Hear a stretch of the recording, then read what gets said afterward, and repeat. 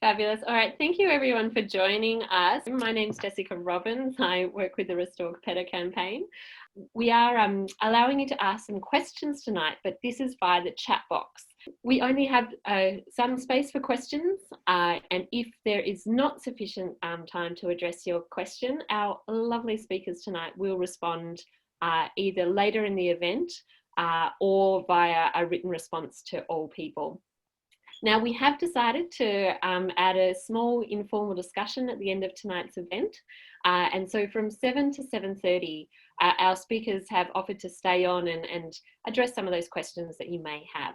Anyway, we're really pleased that you could all join us tonight. And I would like to now hand over to our MC for the evening, who is Christine Milne, who's the former Vice President of IUCN. So I hand over to you, Christine. Thank you. Thanks, Jess, and hello and a big welcome to everyone for this webinar, Scaling Up Ecosystem Restoration, Early Leadership in the UN Decade of Ecosystem Restoration. I'd like to begin by acknowledging that wherever we are joining this webinar in Australia, we are on Aboriginal land, and here in Hobart, that's the land of the Muhanina people, and I pay my respects to their elders past, present and emerging, and recognise their continuing connection to land, to water and to community. Now, we all know that the Bond Challenge set the goal of 350 million hectares of degraded and deforested landscapes to be restored by 2030, and the UN decade from 2021 to 2030 is the big effort to give support to the Bond Challenge and to get us all moving around the world, except a lot of us are moving already and ahead of the decade, and we'll be doing everything we can to support it. And so I'd like to begin by introducing Todd Dudley. He is the president of Tasmania's North East Bioregional Network, and for the past 35 years, he's been involved in ecosystem restoration. So Todd, a big welcome to you. Thanks, Christine. Can you hear me all right? Yep. Right, thank you. Okay, so yes, I've been doing, as Christine said, ecological restoration and bush regeneration for the last 35 years, and the reason why I do it is because I love the Australian bush. I love the unique trees, the wildflowers, the wildlife, the rivers, the coastlines, the landscapes. I'm not motivated by ecosystem services or natural capital. I think language influences how we think about and relate to living things, and the overuse of economic terminology does a disservice to nature, and because it reinforces the primacy of market ideology over life and beauty. Our group's been going for about 20 years. We do advocacy, environmental education, land use planning and ecological restoration. We've done a whole range of different projects from different scales, different land tenures, everything from broad scale forest restoration. This picture that's just come up is our largest restoration project, which is called Restore Skylines here, where we're aiming to restore 2,000 hectares of pine plantation back to native forest. This is a shot after pine's been harvested and burnt, and this is 7 years later. The regeneration's mainly been achieved by doing using assisted natural regeneration techniques, which is ecological burning to stimulate the stored native seed in the soil from when it was a native forest before it was converted to plantation. And also the fire also helps to kill pine wildlings that regrow after the mature pines are harvested. So that's been really successful, and it's high quality, up to 200 species of plants have regenerated there, and it's compared to tree planting, it's a hell of a lot cheaper and easier to do. So yeah, a lot of our projects focus on using assisted natural regeneration and direct seeding techniques rather than tree planting. The next slide shows another project that we've got going, which is just to give you an example of the diversity of projects we're working on. This is just a small scale roadside revegetation project, picking up the pieces after some devastation by the local council. Next photo shows the same area only a few years later. Again, we just used techniques involved mainly stimulating the regeneration of the local seed bank and doing a bit of weeding, and it's about 50 species of native plants have regenerated just in an area of 100 by 30 metres. So That's our methodology. And so over the last about 12 years or so, we've employed around about 80 people and brought millions of dollars into the local community. So there's been huge benefits for the not only the environment but for the society in general here. Now I just wanted to talk a little bit more broadly about ecological restoration and what we need to scale up for the next, not 10 years, next 100 years really. 10 years is probably not long enough. So we have to be impressed that practically every suburb, town, hamlet and locality in Australia harbours a care or action group protecting and restoring forests and bushland, fighting and development, looking after wildlife or lobbying state or federal governments. This continent-wide level of awareness represents an extraordinary achievement of the conservation movement. It's an expression of people identifying with this land, adopting place as a determinant of identity and making an effort and taking responsibility for the protection and restoration of our natural heritage. However, all that public goodwill and effort is unfortunately not being supported the way it should be. So here's a few ideas on what I think is required, which probably won't come as any surprise to anybody. So the first thing is we need to harmonise policies and laws that support and complement ecological restoration rather than conflict with it. As Aldo Leopold said many years ago, conservation is a state of harmony between humans and the land. By land is meant all the things on or over the earth. Harmony with land is like harmony with a friend. You cannot cherish his right hand and chop off his left. You cannot love game and hate predators. You cannot conserve the waters and waste the ranges. You cannot build the forest and mine the farms. The land is one organism. Our aim has to be net gain, improving the condition and increasing the extent of native vegetation and habitats, not offsets and continual loss. We must also confront issues of population and consumption. One of the things our group's also interested in is looking at the potential for bioregional councils to replace some of the institutions, the local, state and federal government institutions that we have at the moment, which don't seem to be fit for purpose to respond to the ecological imperatives of the 21st century. The second element that we need to scale up restoration is education. So we need to scale up broad community education to build ecological literacy right across the community. We need to raise standards of ecological restoration through we can't just aim for quantity, we need quality as well. So we need to have more training and education opportunities using things like the SER standards and TAFE and ARDO accreditation. We need to focus on areas with good ecological resilience and landscape context rather than and prioritising them over tree planting projects, because we don't want the decade of ecosystem restoration to be characterised by large-scale tree planting projects that are only consist of a few species and nothing more than glorified plantations.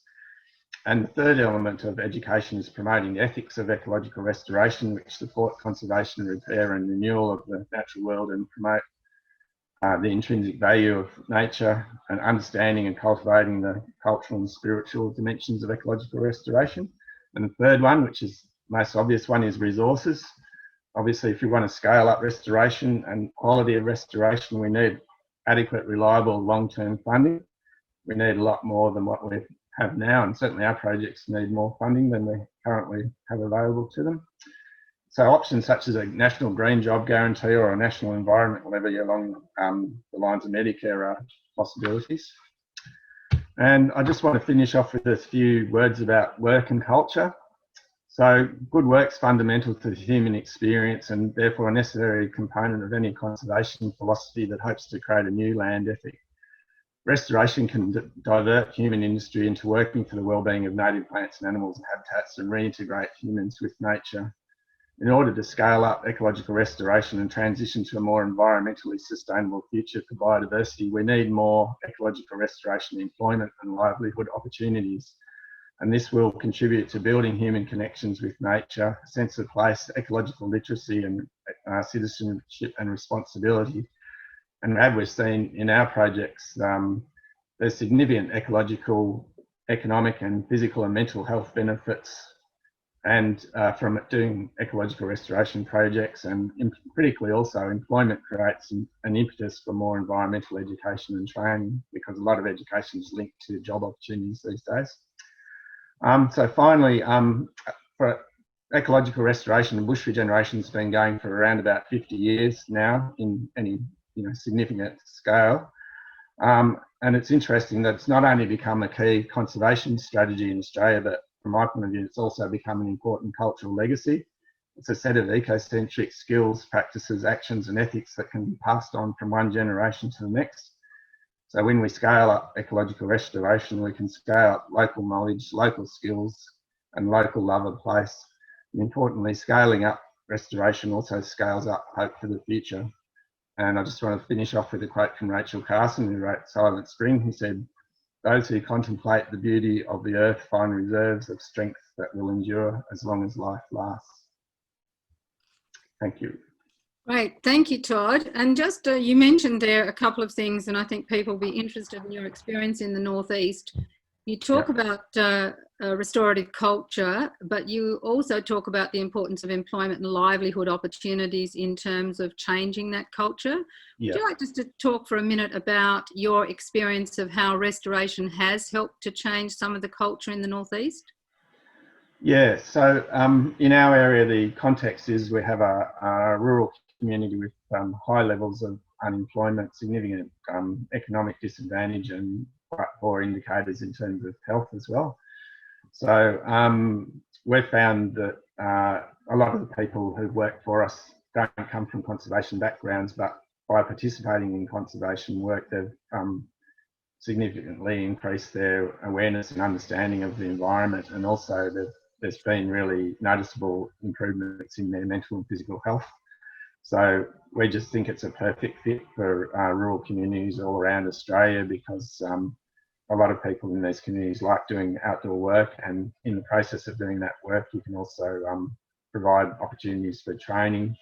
And so it's providing economic security, social integration, and also great mental and physical health benefits and ecological outcomes. Thanks, Todd. There's a question for you just from one of our participants saying, how do you suggest tackling a situation where a philanthropic trust wants to clear 93 acres of primary forest to build a huge quarry to continue to fund their philanthropy?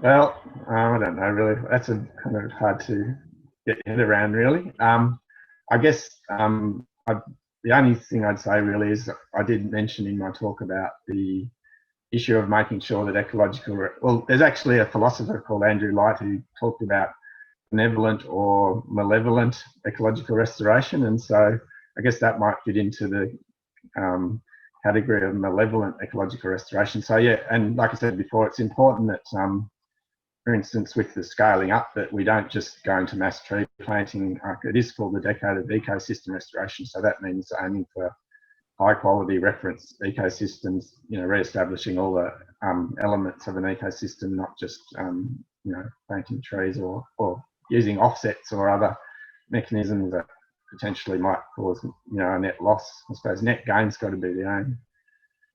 Thanks, Todd. Well, we'll move on to talk about net gain and hopefully building more capital in the community. Our next speaker is Paddy Woodworth. He's an author, a journalist, a lecturer, and his book, Our Once and Future Planet 2013, really started to raise awareness of ecological restoration as a conservation strategy. So over to you, Paddy. Good morning. Can you hear me? Certainly can.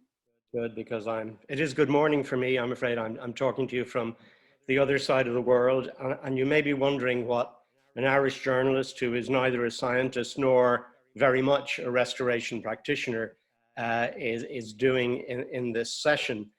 And so it might to explain that it kind of came about by accident. I'm just going to share, this is the commercial if you like. It's really because of this book.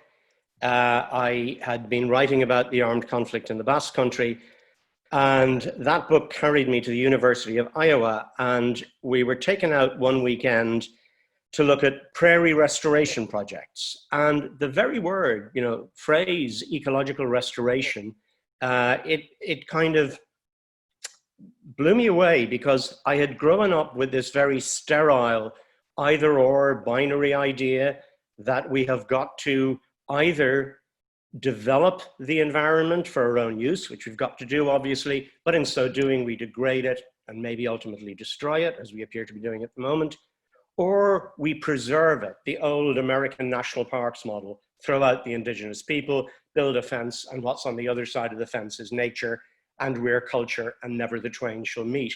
What I loved about ecological restoration was its promise that we can heal some of the damage, at least, that we have done, and that we can be engaged as natural beings ourselves, as participants in nature. And so out of that, a question arose, was what I was looking at that weekend in Iowa simply a piece of nostalgia for the Midwest, or was it a serious conservation strategy across the world? And so I began to look at projects across the world, and I found, to my great delight, that there were, in fact, many projects, big and small, in every continent. And obviously, in Australia, you're familiar, and other people are much better qualified, like Keith Bradbee and others, to speak on this, but the Gondwanalink was one of the big projects I looked at. I'm interested to see now there's the Linking Australian Landscapes projects that's joining these big projects together. I think that's wonderful. I was also very interested in Australia by the Alcoa project, which, what everyone thinks of Alcoa as a corporation, technically what they have done as post-mining restoration is really, really instructive. Whether it succeeds in the long run or not, there are hugely valuable lessons, I think, to be learned from it. In Brazil, you have, one of the things I like to say is that projects, what I found, projects all over the world obviously differ because they're in different ecological contexts, but they also differ because they're in different social contexts. And the social is critical to ecological restoration.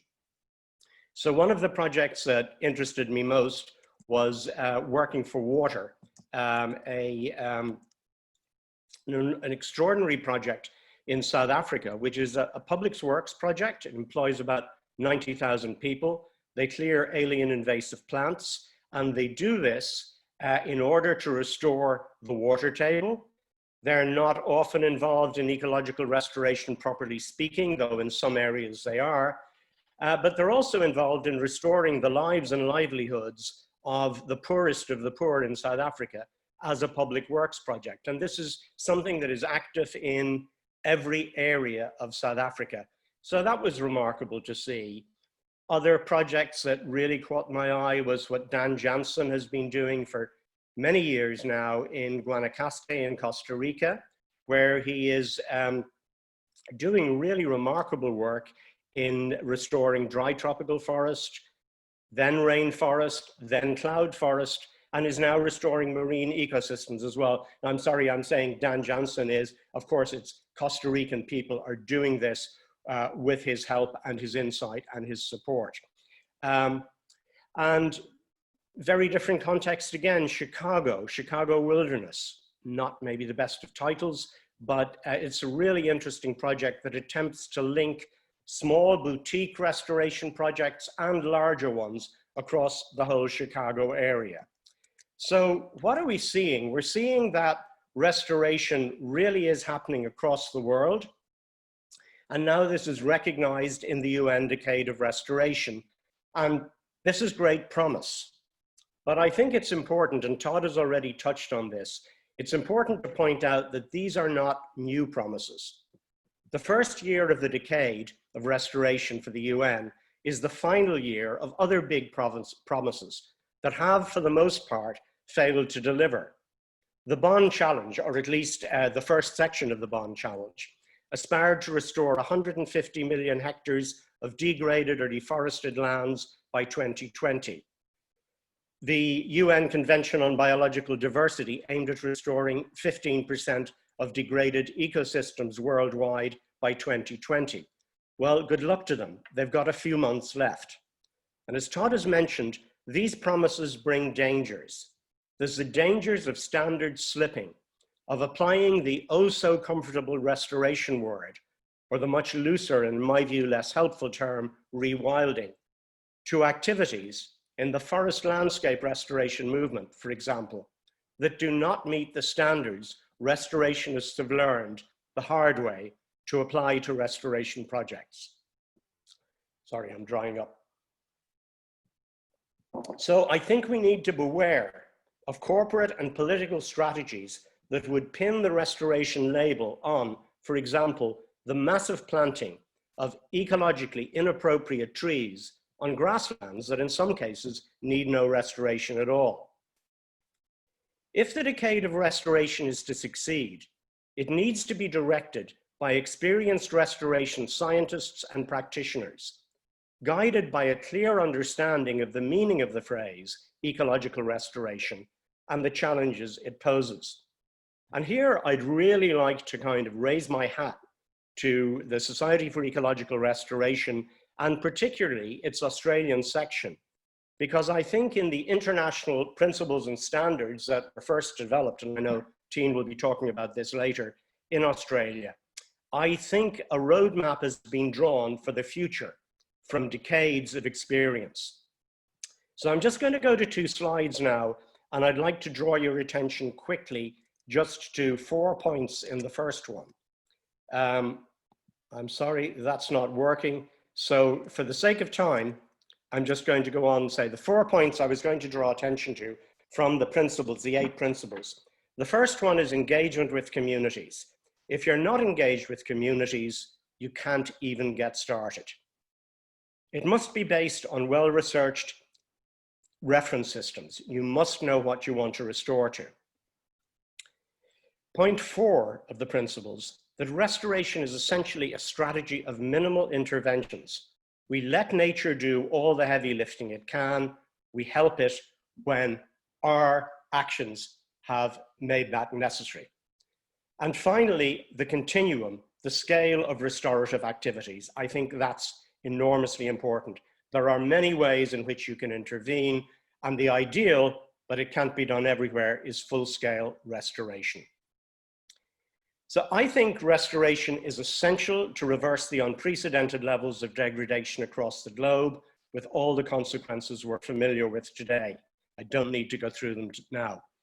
And I think that despite the well-intentioned and welcome recognition in the UN Decade of Restoration, global political trends make our prospects of success as restorationists much bleaker than they seemed a decade ago. Our century is not going well. And I think I draw some strength from a 1930s phrase when fascism was the great threat, and maybe it's a threat again, when Gramsci talked about the need for pessimism of the intellect, because we must be rigorous, but optimism of the will. So I think that's what we need to get going, to have action, to make the UN Decade of Restoration a reality. Thank you very much. That's great, Paddy. Thank you. That was very inspiring. I want to just go to one of the issues that you raised then about this being a social issue as much as an ecological issue in terms of scaling it up and getting people interested. The problem is we have governments who are not in the least bit interested in ecological integrity or investing money in public interest projects in terms of ecosystem restoration. So what would you say, and I will say this to governments because I put them in this category mostly, to someone who's not in the least bit interested in ecosystem restoration, why would they invest billions of public dollars in this right now, post a COVID pandemic, for example? Well, I think the pandemic itself is the result of ecological degradation. I don't have time to go into the arguments here, obviously. So I think that all of, the wildfires, the floods, the melting ice, starvation, migration, everything we're seeing is being driven by biodiversity loss and climate collapse. And for some reason, in some countries, politicians have gone into reverse and have moved into reactionary, blinkered positions. And we've really got to fight this. But it's not all about fighting. It is about winning people over on the ground, I guess, showing people in your own area what remarkable results relatively small actions can have. And it's a long discussion. I disagree a little with what Todd said about using natural capital and ecosystem services language. I think they are very helpful bridges to show people that if we continue to overspend our natural capital, we are going to be bankrupt. I think that is a useful metaphor, and I don't actually think that it detracts from our appreciation of nature as beauty, as for spiritual nurture. All of those things are very important to many of us, but not to all of us. If they were important to all of us, we wouldn't be in the mess we're in today. So we've got to find other bridges to people to bring them with us. That's great. Well, thank you very much for that. Hopefully we might have more of a discussion a bit later, but on this subject of how do you bring together social and human and ecological, our next speaker, James Aronson. He is the co-founder of the EcoHealth Network and the Four Islands EcoHealth Network, and he brings together worldwide networks involved and professionals involved in public health and ecologists, looking at how restoration is both a public health and an environmental necessity. So James, over to you. Thank you, Christine, and hello, good afternoon, everyone. I'm calling from France, and I'm delighted to be here. It's a wonderful event in part of the world that has been a leader in restoration for many, many years. Let me go straight to my first slide. I want to talk about human health and ecosystem health, which some people would say is a metaphor, and ecological restoration, and talk about new frontiers in healing, using that term in a very broad sense as well, and introduce very briefly both the EcoHealth Network, which is a global action network, and the Four Islands EcoHealth Network of Australia and Aotearoa, New Zealand. Now, what is health? Let's just use the WHO definition that says it's a state of complete physical, mental, and social well-being, and not merely the absence of disease or infirmity. And that opens up the discussion of things like jobs and livelihoods and self-respect and community, also sometimes known as human capital and social capital and cultural capital, by those who, like Paddy and myself, think that the terminology borrowed from economics of natural capital and the other kinds of capital recognized in the Millennium Ecosystem Assessment are very, very helpful in building bridges. And for ecological restoration, the definition I continue to use is the one that was established in the Society for Ecological Restoration almost 20 years ago, that doesn't actually speak of people in the definition, but the mission statement of the Society does insist on why people should get on with the process of assisting the recovery of an ecosystem of many different types, all types of ecosystems that have been insulted, if you will, or degraded, damaged, or destroyed, often, sadly, by people. And then what is the eco-health approach today? There are many people using the term. First of all, I would argue it's the intersection between ecological restoration and human health. And as a scientist, I'm a big fan of hypotheses and the testing thereof. We have the hypotheses that when functioning and biodiversity of ecosystems improve through restorative interventions, so does human health. Now, I said many people use the term eco-health. If you go Google it, you'll find many organizations, and you'll find One Health as well. One Health, as many of you probably know, focuses on animal health and human health. It says we need to pay attention to the health of animals. thank you to Vivian Jones, I have this extraordinary photo of a family of gray-headed flying foxes from northern New South Wales. And as some of you no doubt know, GERI Howling is very well versed in this, and other people on this Zoom call today. There's a huge amount of research going on regarding flying foxes as vehicles and carriers of viruses of various sorts that can wind up infecting and killing people, which may remind you of another family of viruses that Paddy referred to, coronaviruses.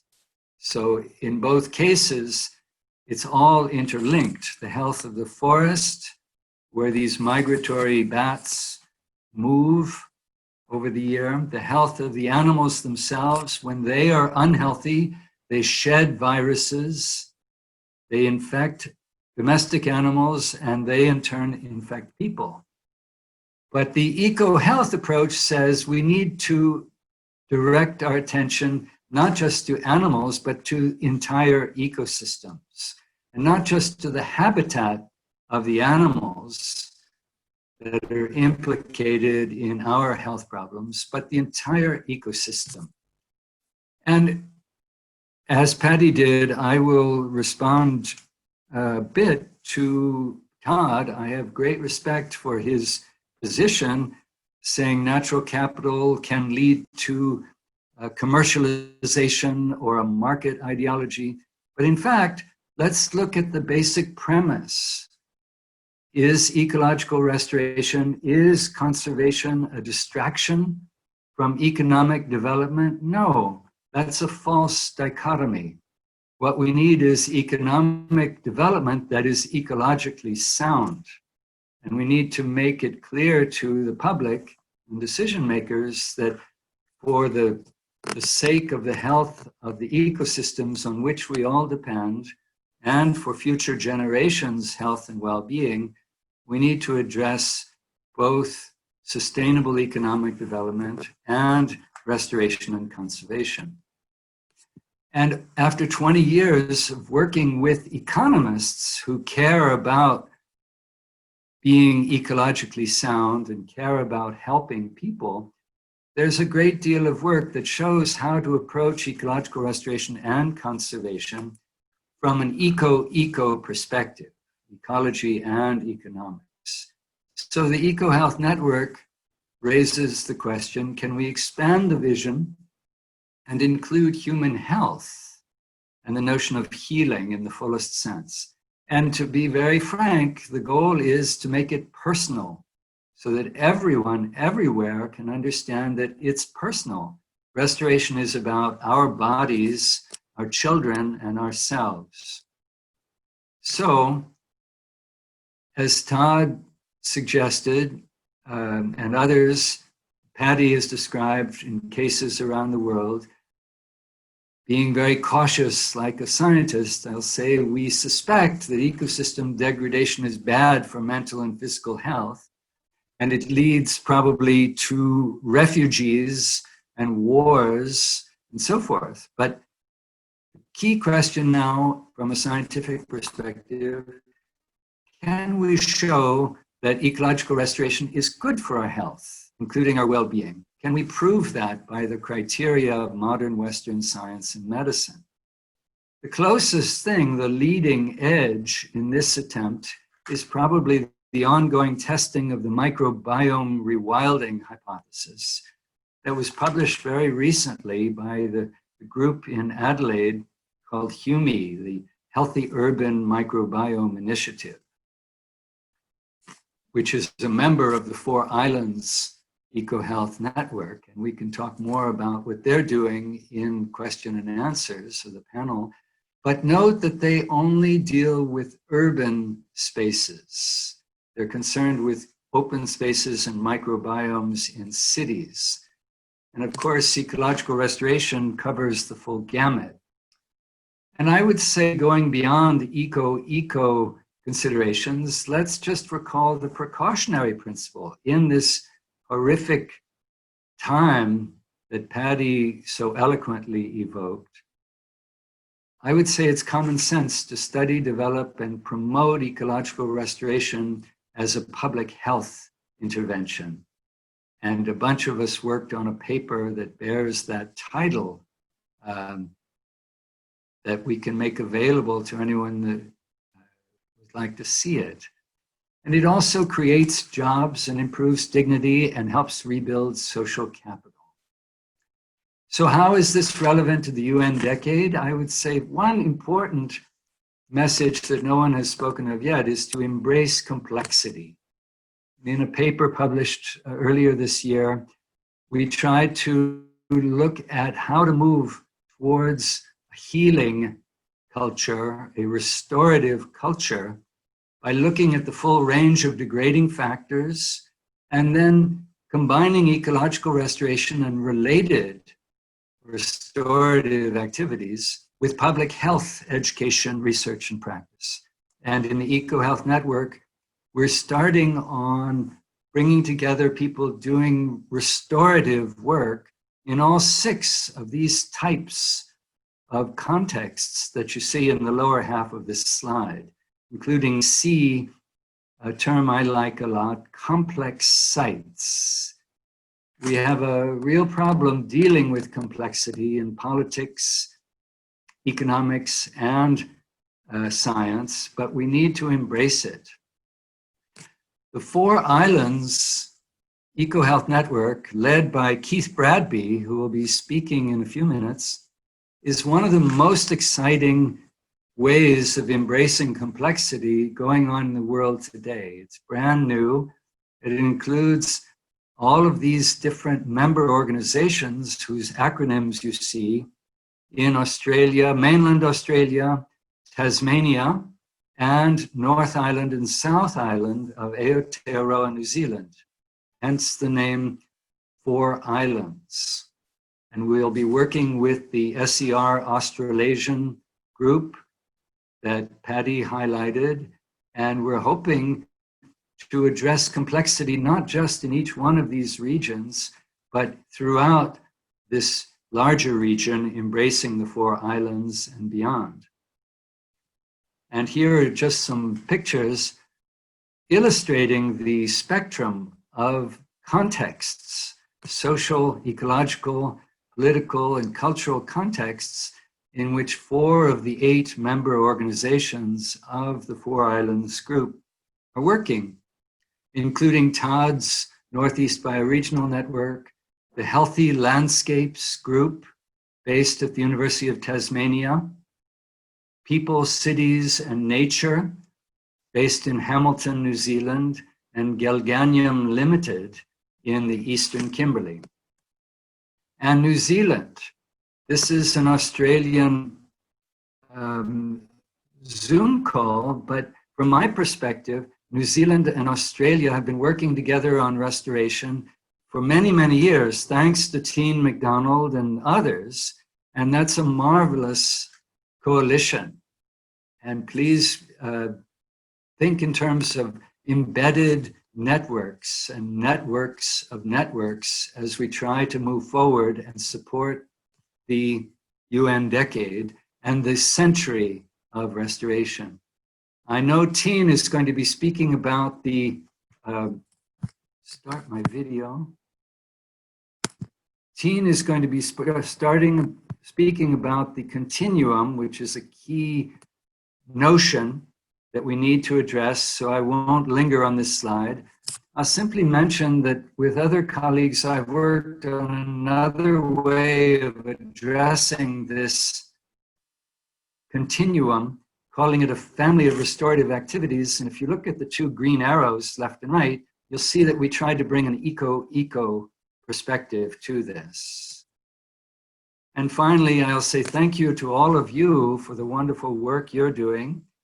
And if you want more information, contact Keith Bradbee, the head of the 4 Islands EcoHealth Network, Adam Cross from the Galganium Limited and from Curtin University, Emily Flies from the University of Tasmania, GERI Wallace, the University of Waikato in New Zealand, or myself. And please visit our website, ecohealthglobal.org. Thank you very much for your attention. Thank you very much, James. And we won't have time to go to questions, but you have got a lot of references there from James, and we might come back in our informal chat a bit later and pursue that idea of the continuum and everybody having a role to play as part of the whole mosaic, rather than feeling like they have to go from zero to full restoration. They can be part of that continuum or that family of activities.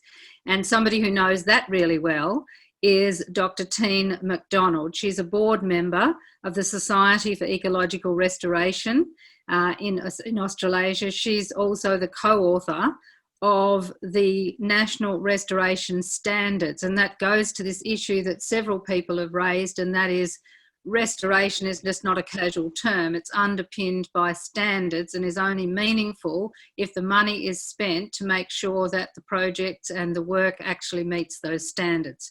So Tine, welcome to you. Thank you, Christine. I'll share my screen. So I'm talking today about the content and importance of the National Standards document, the Australasian document called the National Standards for the Practice of Ecological Restoration in Australia.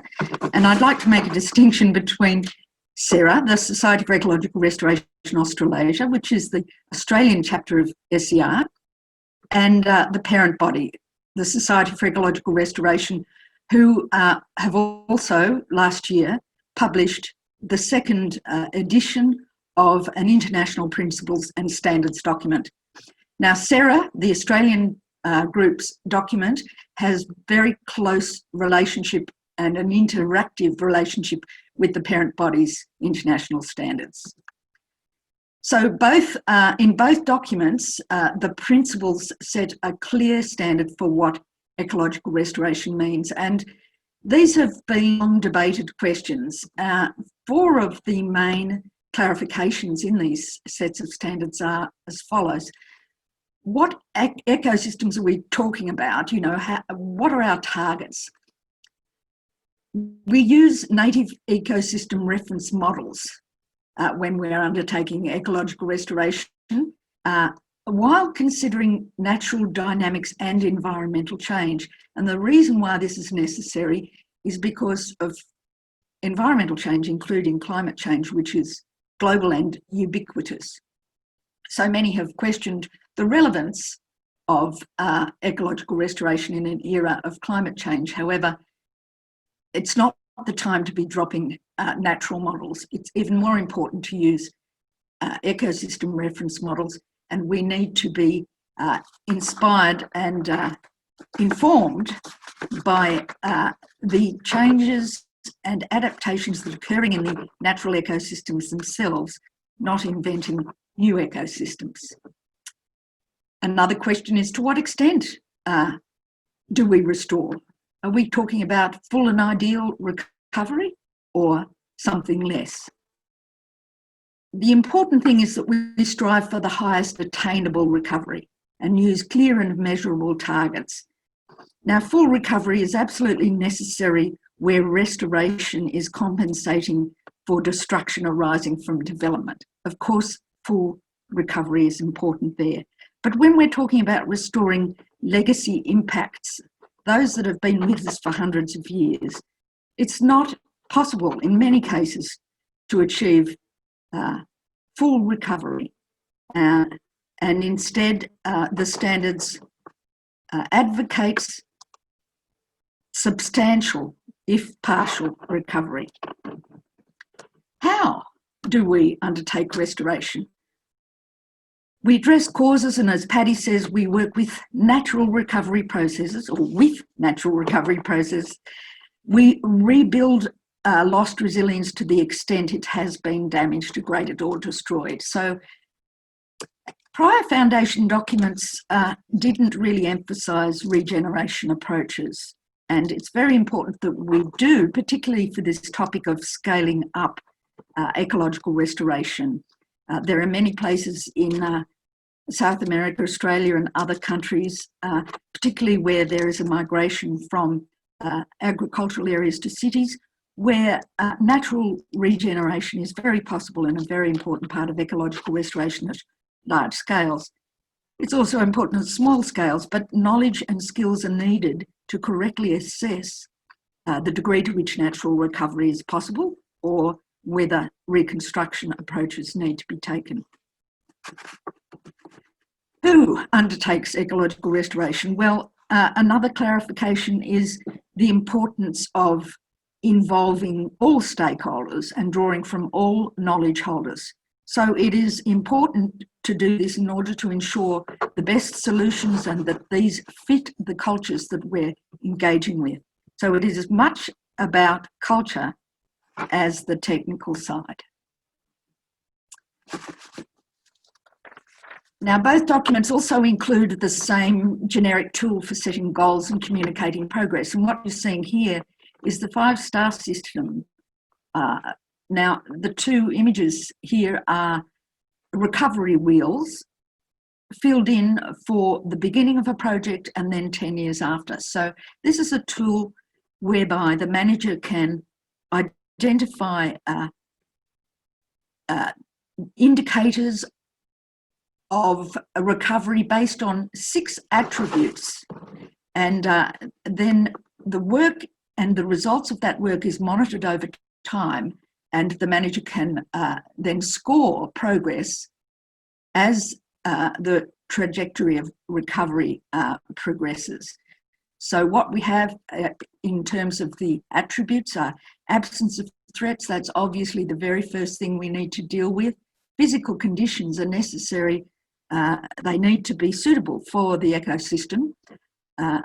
Species composition is pivotal, and it's pivotal to achieving structural diversity. That's the appropriate architecture and trophic layers. Ecosystem function also arises from the complexity that is building. And finally, external exchanges tie back to the absence of threats, because these exchanges have been disrupted by fragmentation and other human impacts. So what we're talking about here are attributes that we're aiming to achieve similarity with the reference ecosystem. Remember, we choose a native ecosystem as the reference for our work. Now, the spokes of the wheel here are sub-attributes, and the manager identifies appropriate indicators for themselves. Now, this tool can be used irrespective of scale or method used. Now, this is whether we're using a regeneration approach or full or partial reconstruction. Now, a word about reconstruction: full recovery through complete reconstruction, that is starting from scratch, is still technically unproven. It's highly demanding. It's not tree planting or landscaping. It's the careful rebuilding of functional, self-perpetuating native ecosystems. So clearing intact ecosystems on the promise of reconstruction is inconsistent with the standards. That's spelled out in the standards. So reconstruction is an approach to restoration that's difficult, but it's often very necessary. And its power and relevance is in order to strategically expand and link remnant habitats to each other, and thus optimise restoration at increasingly large scales. And finally, we're back to the topic of scaling up, and this is the diagram that James just flashed up and that Paddy was hoping to show. This diagram represents principle 7 or 8 of the international standards, and the other one is restoration works cumulatively to build scale. So the Australian standards have 6 principles. The international standards added these 2 additional ones, principles 7 and 8. Upscaling means not only increasing the area under restoration, but it means winning hearts and minds globally so that we can involve everybody in every walk of life in improving the way we live and work in order to improve conditions for restoration to occur. Because as we know, if we cannot improve environmental conditions everywhere, we're unlikely to be able to fully restore anywhere. I'm speaking specifically of climate change here.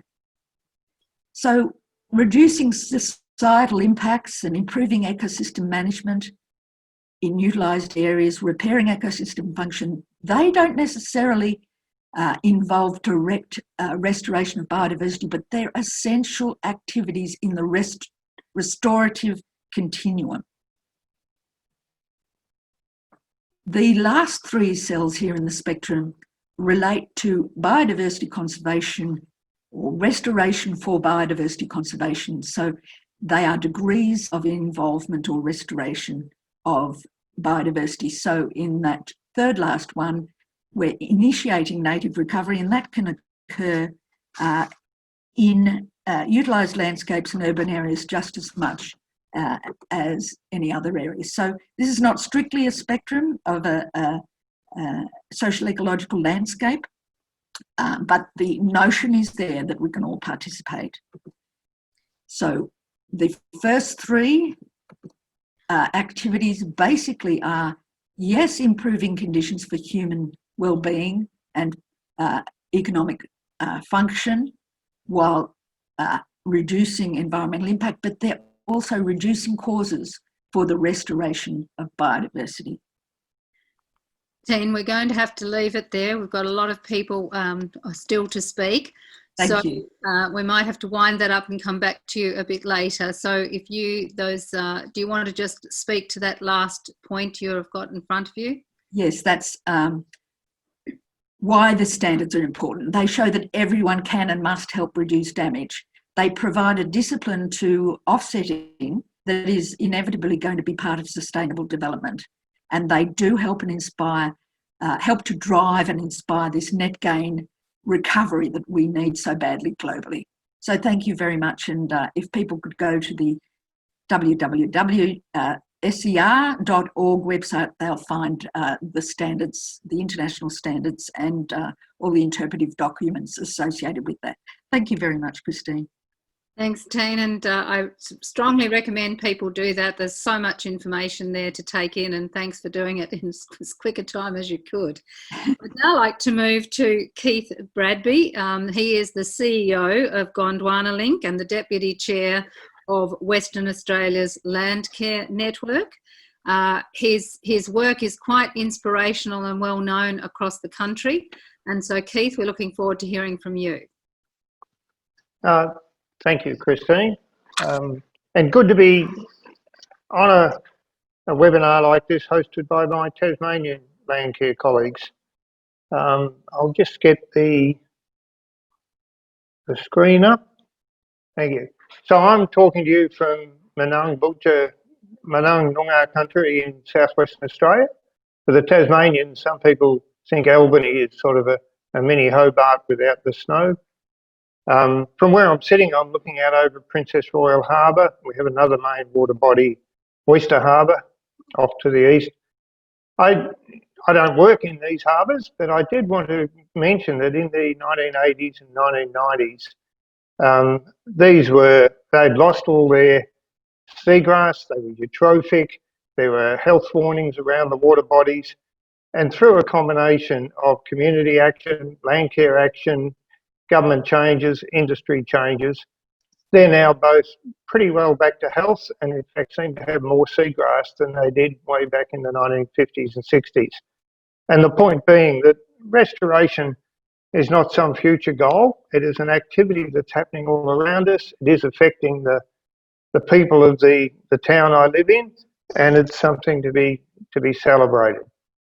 My work for quite a long time now, since 2002, has been this crazy idea of the Gondwanalink, that in the reasonably battered biodiversity hotspot of southwestern Australia, our best opportunity of restoring some of the evolutionary and ecological vitality of this place, the factors that made it so biologically rich, is by reconnecting the biggest bits of bush left and managing them better than we have been in the past. And we drew this idyllic sort of swoosh many years ago to indicate where we would be focusing our activities, and we've been steadily working our way across that. There's pretty much what we started with as a strategy in 2002. I'm of the view that you don't do big documents. If you can't print it on a t-shirt, it's not strategic. We put out a vision of the future that was positive and was about transformation and opportunity, not just managing threats. We're running it as a core operation with very few people, probably too few, but we're still here and it's still going. We got stuck into it straight away and started doing big change wherever we could with the range of groups that were happy to work with us. You can work things out on the go, but if you don't get going, there's a risk you'll spend 5 or 10 years working it out. We try and support the whole range of groups working across the link. We don't aim to do the work ourselves in Gondwanalink Limited, and we are eventually, gradually, rolling out a whole heap of actions and effort. I won't read all these, but I did want to make the point that I think structure is really important. I think we've got lots of learnings in all the different arrangements around Australia, and we should be learning from them, not repeating mistakes and glossing over successes. As I said, we try very hard not to be on ground. We try and support those who are doing it. We don't compete with groups that we're involved with. That's a really important element. We pull back and work on standards like what Teen has just talked about, monitoring. We do jump in and fill critical gaps where we see them. I can talk about some of them shortly. And perhaps most importantly of all, we provide the continuity. And a lady in the bottom corner, it's not me on her lap. It could just as well be. It feels like we've been here that long, but that's Amanda Keesing. There's been 2 of us, Amanda and myself, at the core of this since inception in 2002. And I think when people talk about large landscape change, they always think geographically, but I urge you to also think across time. Large landscape is large geographically and large in time.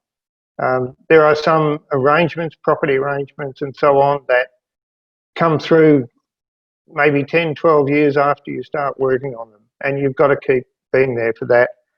The current government process of funding what I call death by 1,000 projects doesn't really work for what we need to do next. There's a bunch of the organisations and businesses that we have worked with so far. I don't want to get lost in logo land, but we all know that organisations have their own territories, they have their own goals, they have their own objectives, and that the business of working across all them and not being squashed in the middle, not being taken over, protecting the territories of the smaller groups and so on is an important and really difficult part of the work. And I didn't want to gloss over it. You know, we've got some incredibly enduring and wonderful friendships and relationships out there, and we've had a few bumpy moments as well. We've broken the link into 3 main zones: woodland, central and forest. And for those who don't know WA, this takes us from about 1.2 metres of rainfall down to about 200 mil once you get out on the edge of the Nullarbor.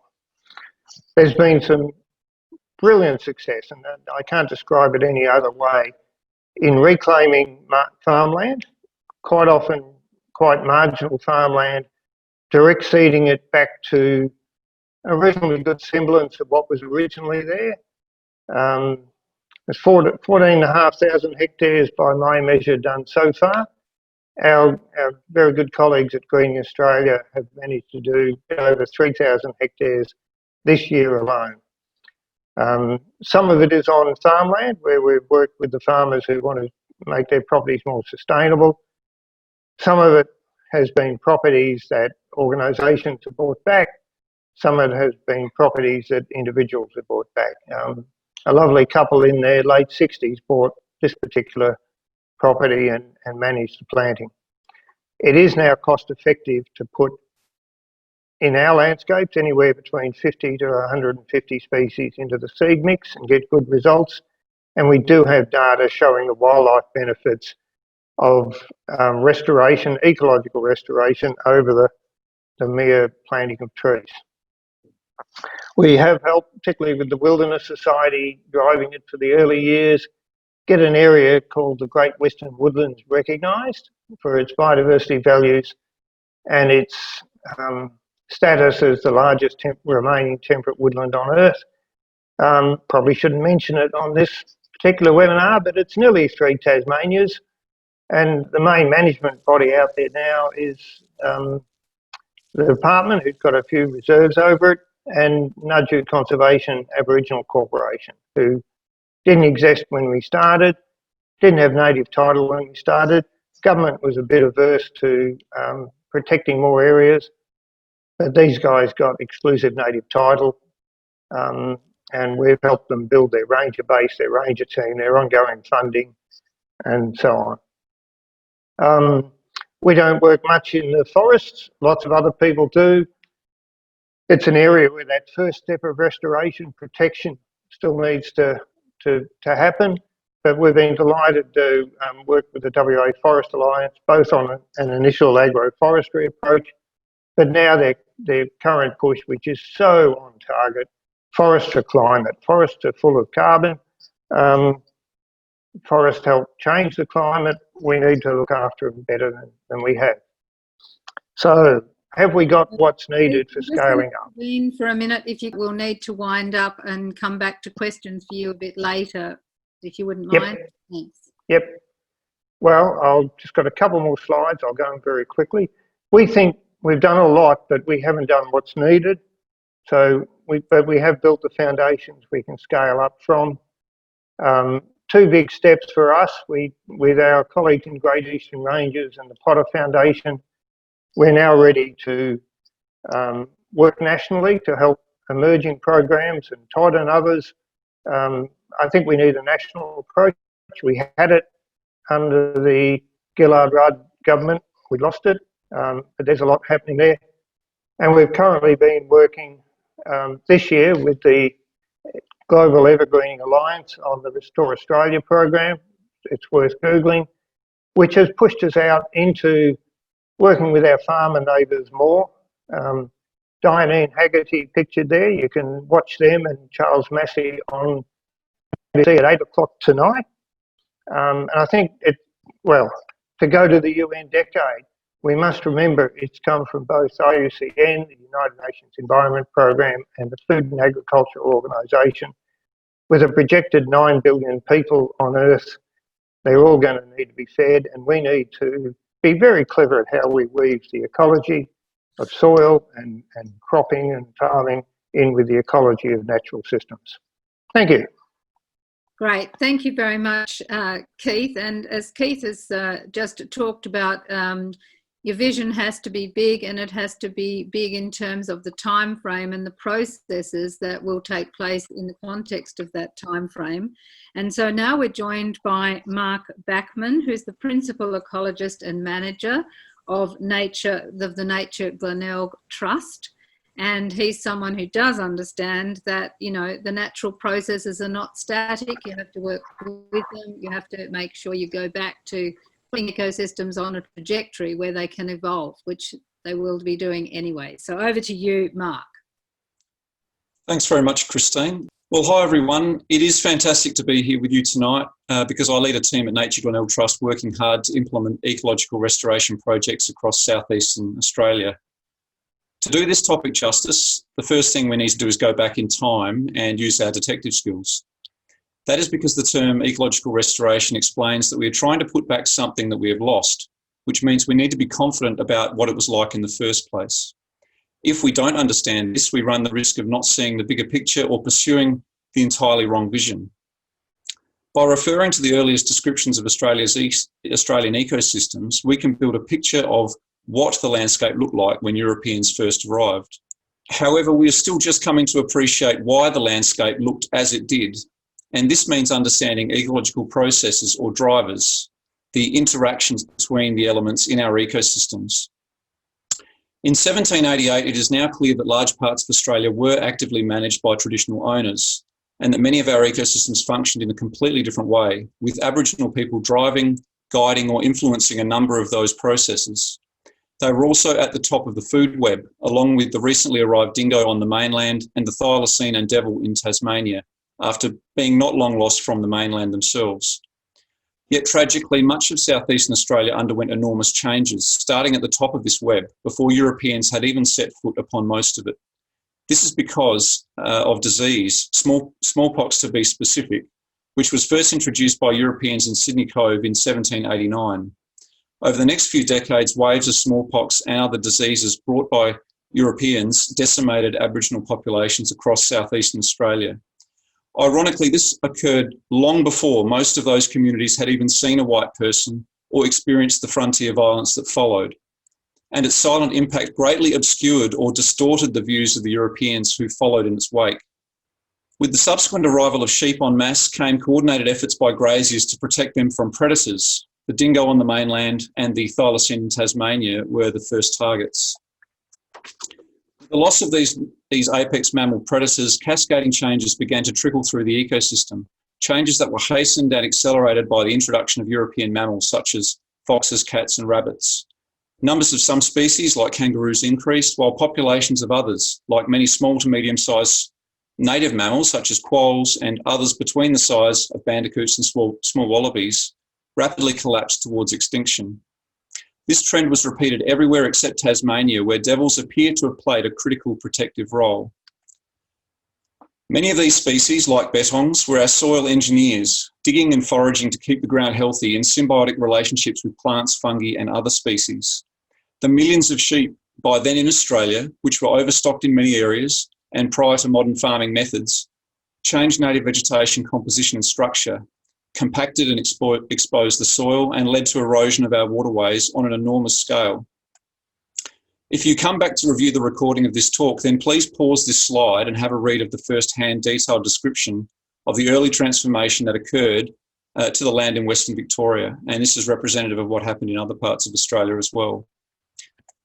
The very nature of our waterways and valleys was altered as chains of ponds and permanent waterholes were replaced by deeply eroded drainage lines. It is hard to believe, but much of this change was cemented by the mid-1800s, a time when clearance of land and artificial drainage of wetlands had barely begun.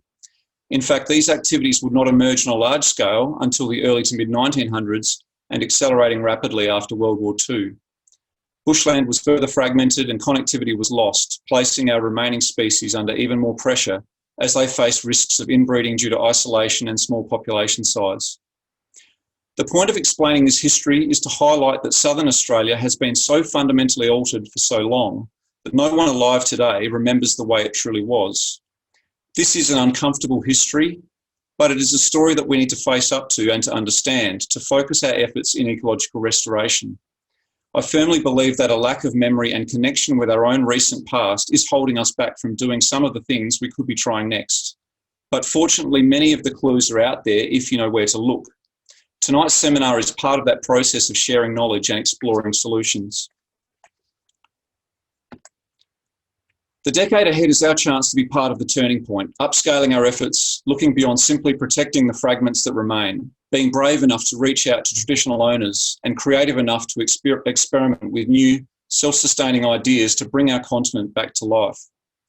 Thankfully, across Australia, every one of the ecological themes I've mentioned here is being investigated and includes cultural burning to improve land condition and promote natural regeneration, re-engineering waterways to repair floodplains, returning missing species to fill vital ecological niches like apex predators, predator guilds or soil engineers, and revegetation and corridors to link fragmented bushland.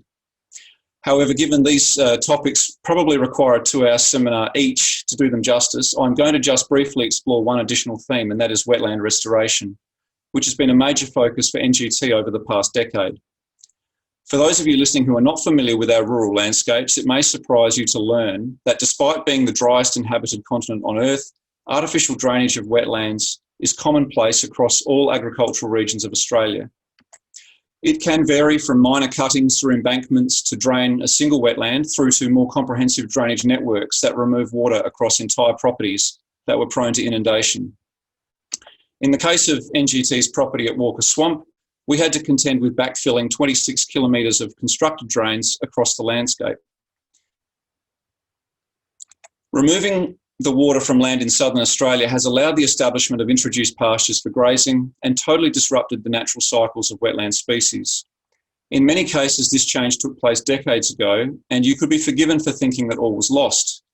However, as we have now demonstrated at a wide range of sites, wetlands are especially resilient ecosystems, and water is an incredibly powerful restoration tool for triggering ecological recovery.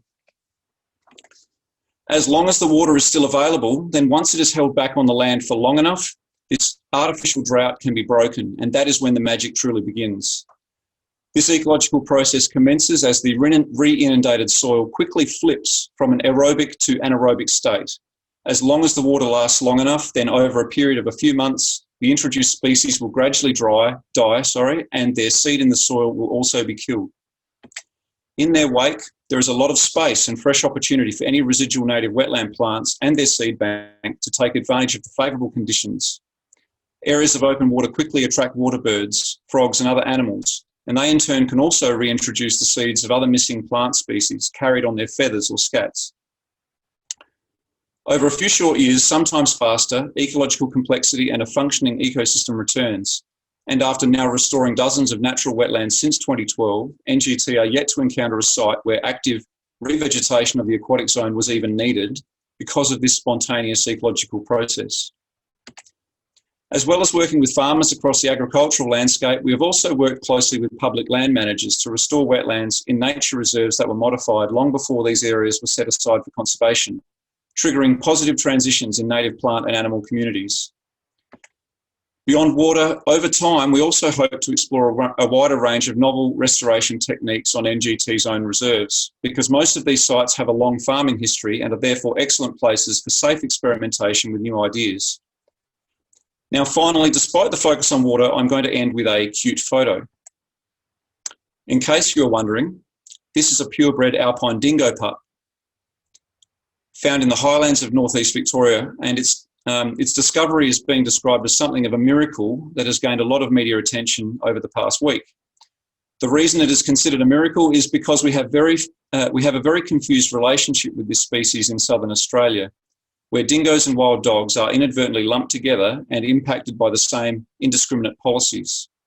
To highlight the dilemma, the dingo is a threatened species in its own right in Victoria, but at the same time is also subject to poison baiting programs that are in place to control wild dogs. Yet this photo is also a story of hope, because in the face of everything that has been thrown at dingoes, they still persist in a few places south of the dog fence. A multi-state barrier which has changed Australia's ecology at a continental scale. At the moment, we still have a chance to rethink our relationship with this important apex predator in appropriate areas of the mainland, an opportunity that is now lost to us for the thylacine. So despite over 200 years of battling nature and inadvertently or deliberately modifying, subduing and controlling natural processes, the main point of my talk is that we still have a chance to reverse that trend. Improved management of water, fire, apex predators and other missing key species or ingredients in our ecosystems can help us sustainably repair and recover our amazing continent. Elements of this same logic can also equally apply in some of our most damaged or modified environments, including urban areas. In summary, I'm a strong believer that sharing a positive vision and hope is a much more powerful motivator for community action than despair, anger, or fear. So to everyone listening tonight, our collective responsibility over the next decade is to normalise the topic of ecological restoration in our community, to do your bit to contribute to restoration projects, and by doing so, you'll be sharing a message of hope for the future. So thanks very much for listening. That's great. Thank you, Mark. And let's hope there is more focus on wetlands, especially when you see what's happened to our river systems and the draining of those wetlands for large-scale irrigation. There's a huge amount that we have to do to get focused on the benefits of wetlands restorations in particular. I'd like to now move to Peter Stronach, who is the CEO of Landcare Tasmania. Thanks, everybody. I am the Deputy CEO, by the way, of Landcare Tasmania. My boss, Rod Knight, would probably be grateful of it sometimes, but yeah, I'll just move on. So it's a real pleasure to be part of the speaking part of this seminar, and I'd like to thank the organisers and to North East Bioregional Network, Todd Dudley, for organising all this. I've had to change my spot, so it looks a little bit funny, but we'll get there. I don't have a PowerPoint presentation because I'm running off my phone because nothing's working for me. So I'll just kick into it. So I guess it's always great to talk about what's happening in my space and around ecological restoration in Tasmania. I'm up in the northwest of Tasmania at the moment, but I operate all over the state. And I guess the other thing is now how it relates to the upcoming decade of ecosystem restoration, which is being led by the United Nations and the IUCN. I have worked in ecological restoration for about 20 years in Tasmania through various government, non-government and community organisations, and dealing with large tracts of community to deliver successful restoration programs. And one thing I found interesting while thinking about this seminar was looking at the UN's 10 actions on their strategy for the decade of ecosystem restoration and how this relates to programs that I've worked with and those that are around me. And I won't go into it too much. I think everybody can look up the 10 actions on the strategy for the decade of ecosystem restoration, but I'll just run through them. So empower a global movement, finance restoration on the ground, set the right incentives, celebrate leadership, shift behaviours, invest in research, build capacity, celebrate a culture of restoration, build up the next generation, and listen and learn. And I mean, so far I've heard a lot of those themes talked about by previous speakers, but it got me thinking about what have been the main driving forces sustaining ecosystem protection and restoration in Tasmania that I could see, and I guess how that relates to these 10 actions. And the biggest force that I could attribute success to is the community and community involvement. Because even though we have various organisations and agencies supporting biodiversity and ecosystems, they cannot sustain external input and programs for the long term without the community and community involvement and ownership. And from my perspective, working for a peak body, supporting ecosystem restoration and supporting those in the community, the Landcare community or community Landcare is one such vehicle, I guess, that can facilitate support, engagement and capacity building for ongoing ecosystem restoration. And I've seen amazing examples of local community successfully driving ecosystem restoration, and seeing the many local communities joining together and driving landscape scale ecological change is a powerful thing to be part of. But I must add, though, I've also seen unsuccessful ecosystem restoration programs and continue to do that today, to see that today. But and some of these did not engage with the local groups and or the local community, and I think that's a factor. And so there are a wide range of community groups. I mean, even at Landcare Tasmania, we support a wide and complex range of both groups and individuals, from property patch to issue-based interest groups, catchment groups, councils, regions, statewide groups, and they're all part of this community base that we must engage if we're going to have successful restoration. But why is it important? to have these community-led people and groups supporting local and landscape scale restoration projects. Why is that important? I think because they live in the areas that we're looking at, or they visit those areas regularly. They have a local connection. They are there over different seasons and they know people in the area. They have a sense of place, and that's a really powerful thing. It's a motivator. They can do monitoring. They can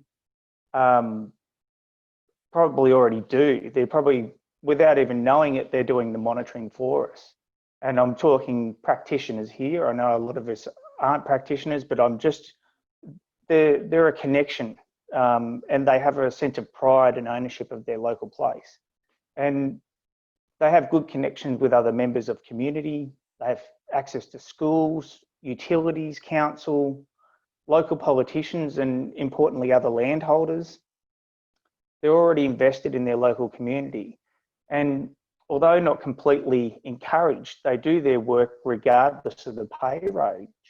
And the local is useful as well for other reasons. These people are ecological practitioners of one sort or another. They're eyes and ears on the ground, and they have local knowledge, and they know where to find it.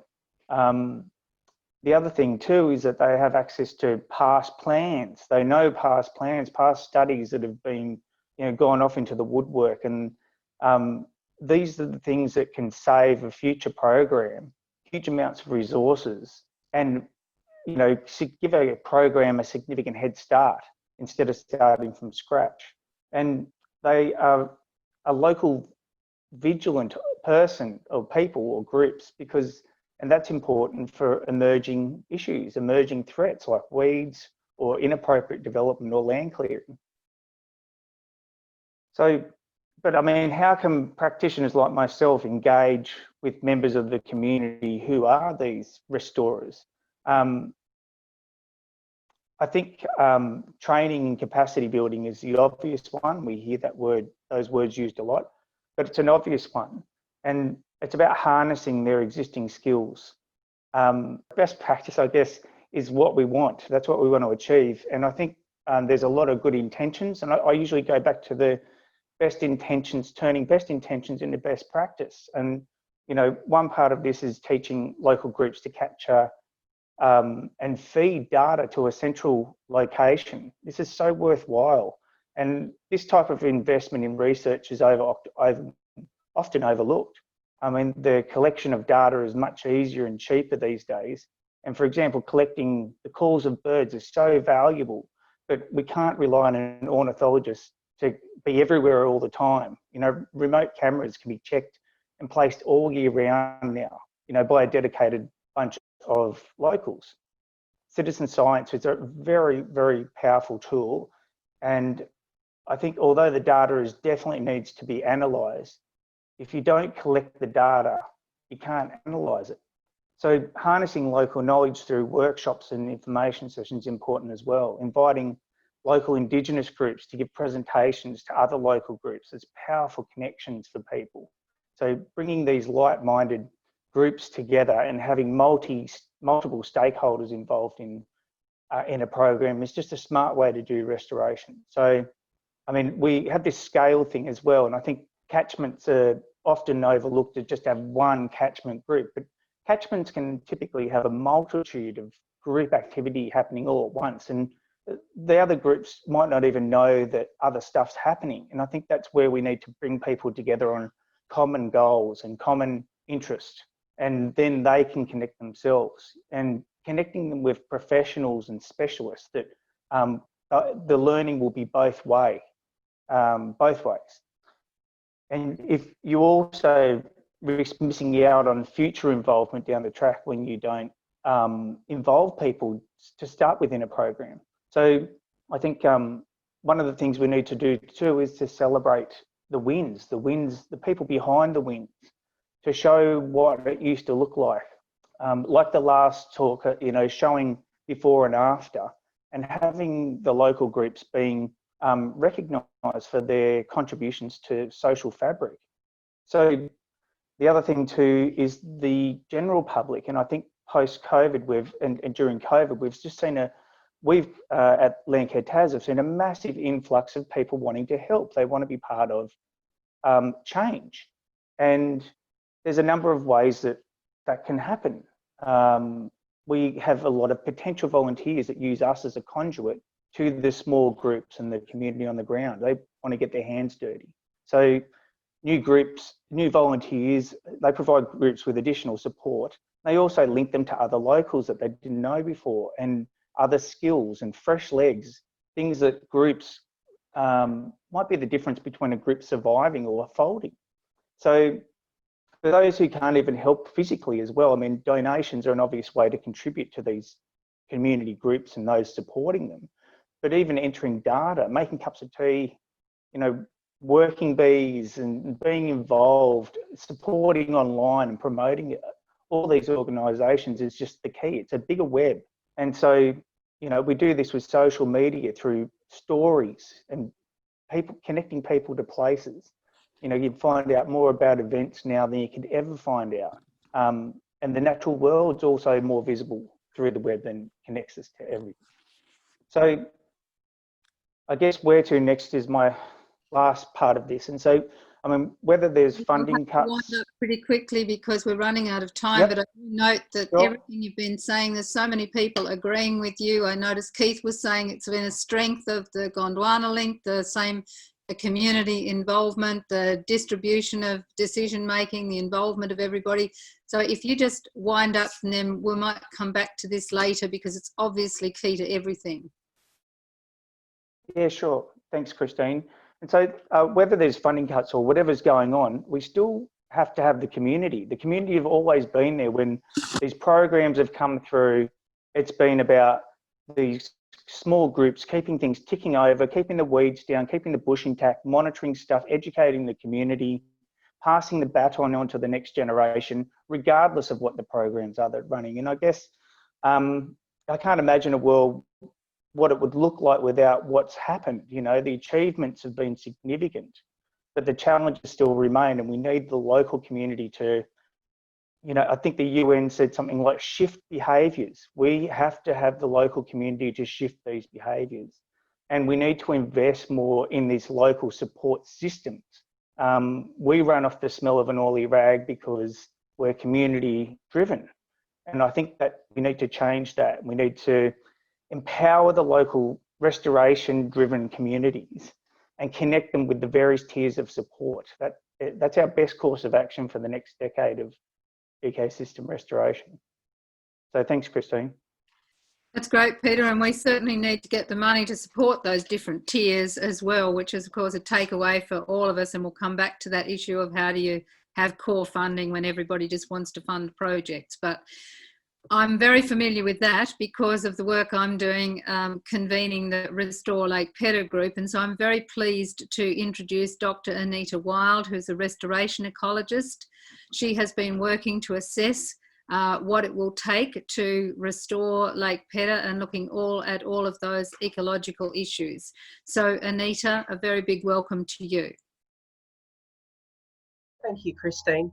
The project I now wanted to speak about is Lake Pedder. Lake Pedder was an original lake in southwest Tasmania that was inundated in the 70s for hydroelectricity generation.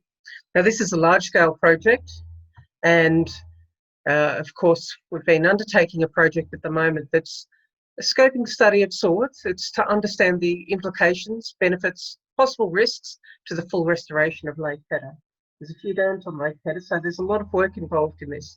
So the first things we've done, of course, have been to learn from other projects and look at what's going on, find what restoration approach would actually be feasible and practical, and identify the critical ecosystem processes, what they are and the ones we'll need for restoration success.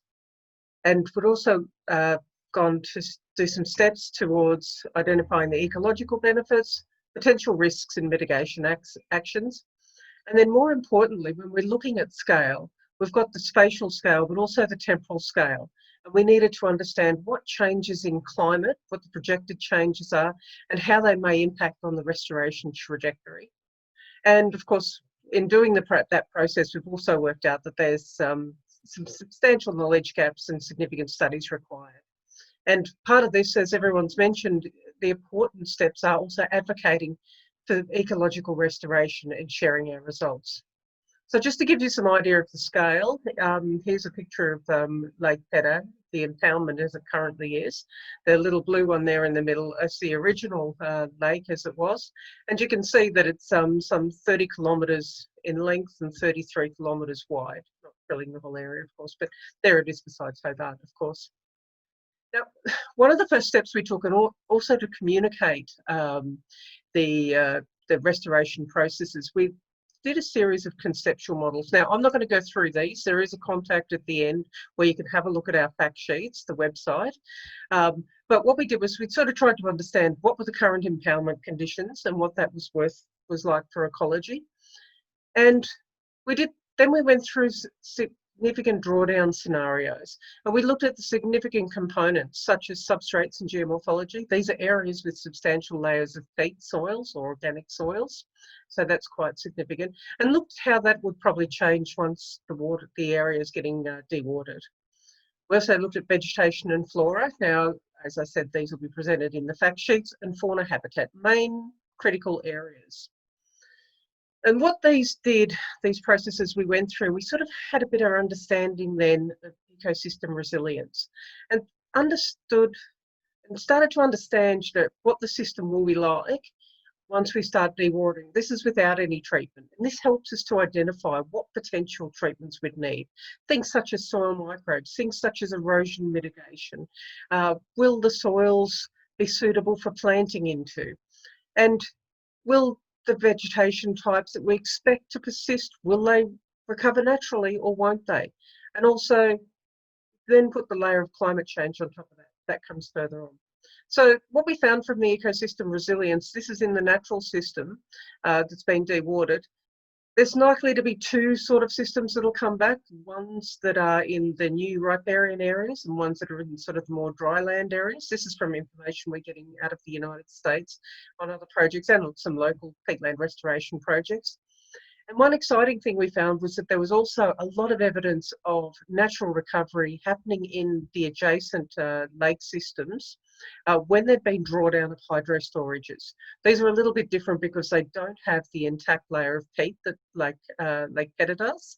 But you could see that within a year, there was some vegetation recovery happening on some of these surfaces. So that was quite exciting to discover as well. And there's also the general consensus is that there won't be good germination of a lot of the soil propagules because a lot of the vegetation was terrestrial vegetation types. We also found that there will be benefits once you draw down that area. Starting to look for the benefits for fauna, and we started to realise that you're going from a large lake system to a really complex, what was there before was a really complex aquatic riparian habitat, a series of habitats with a lot of diversity. And those diversities would be a lot more positive for some of the fauna, other fauna, of course, less so. But in particular, there'll be some restoration of some of the river flows, water temperatures, that sort of thing as well, that have been well documented in other areas, but they're not necessarily going to be exactly the same, the geomorphological processes. So one thing we also want to identify was the potential risks, and because of the scale of the project, this is really important to try to get right. So when you're dewatering an impoundment like that, there's likely increased wave action and wave erosion of the shoreline. This is a really large impoundment, as anyone who's paddled on it can acknowledge with the wind fetch distances. So if we get erosion of those shorelines, that's going to remove a lot of the peat and organic layers. And those peat and organic layers, they are the critical component to successful restoration of Lake Pedder. If we lose the peat layers and the soil layers, that's essentially losing thousands of years of nutrients in what generally is quite a nutrient depauperate system of being on quartzite. The other risks would be the sediment accumulation. There's a little bit of sediment. We have had some submersibles go down and identify that, but not all of it will flush out, but yeah, that's one of the things that's got to be acknowledged as well. There's also potential increase, changes in some of the sediment regimes as well. There's also forecasted changes in hydrology that we need to have a look at. And the major risks that we've identified is the increased frequency and intensity of bushfires. Now, in the initial stages of restoration, this is critical, and these are the major risks we've identified. So peatland ecosystems, excuse me, in Tasmania are pretty well adapted generally to fire, but the nature of that fire has changed over the last even decade. And what we're actually getting is an increase in frequency and intensity of large landscape scale fires that are being started by lightning strikes. There's a lot of good data coming out on that now. So in terms of mitigating some of those risks, we've got the minimising the risks. As with all projects, restoration projects, I suppose you look at mitigating risks. The risk of erosion from wave action is one that I mentioned before. Now that is one that can be managed because we have a reasonable understanding of it, and it can be managed through the speed at which you draw down and also the season which you draw down. It's well known that in Tasmania that spring is the windiest season with the highest winds and highest frequency of strong winds, and you can see that because they come from so many directions as well, there's more of the shoreline exposed. Whereas autumn, it's of course much lower risk, so that can be managed as well if you look at the way you draw it down. Of course this changes as the water levels drop and the bathymetry changes as well. One of the other things we looked at was the rate of drawdown. Now this is an important one, particularly for fauna. We look at the rate at which animals such as platypus, which of course are really significant fauna in there, look at the rate at how they can actually change and adapt, especially for animals such as those that are territorial. And so I won't get through all of these, but it just goes to show that the red is least favourable, and that's where we're saying there's a risk. So a lot of those are, drawing it down really quickly. The green is saying, yeah, that's a better response. That's the optimal response. So you can see that depending on which variable you're talking about, it can vary, and that's where trade-offs in projects like this come to the fore. And this is the one where we're looking at managing the risks and the seasons of drawdown, which is to do with the erosion mitigation and also the seasonality for the animals. So in combining all those things together, we've got the next step. So what we've done is there's been various scientific reviews written on the important themes, and then we've actually put these into fact sheets detailing the results of ecological scoping study. So some of those I've got the list there, like organic soils, natural restoration, then vegetation, flora, fauna, platypuses, because they're so important, and then looking at pests, weeds and diseases. And there's going to be another series of studies undertaken by the Lake Pedder Restoration Group, which sort of looks at the engineering and social work and all that sort of thing as well, and the social implications and recreation benefits and things. So I'd strongly urge you to go to the website and have a look and get some of the detail of what would be a really fascinating, also a little bit scary, but large-scale restoration project that we could do in Tasmania. Thank you. I guess I just wanted to let everyone know that Anita will be doing a full presentation on all of the findings of this study later in October. And as you can see from that, it's really very interesting work that she's been doing. So I would encourage people to join us later in the month and have a look at that. So thank you very much, Anita. I'd like to now move to Gary Howling, who's the Executive Director of the Great Eastern Ranges Initiative. Welcome to you. Thank you, Christine. Good evening, everybody. Okay, so I guess as the final speaker on the speaking list for tonight, I get the easy job. I get to say same as everybody that's gone before me, but I thought I will just spend a little bit of time talking about the large landscape restoration work that we're doing as part of the Great Eastern Ranges Initiative. I've had the privilege of being involved in Great Eastern Ranges since its earliest days back in 2007.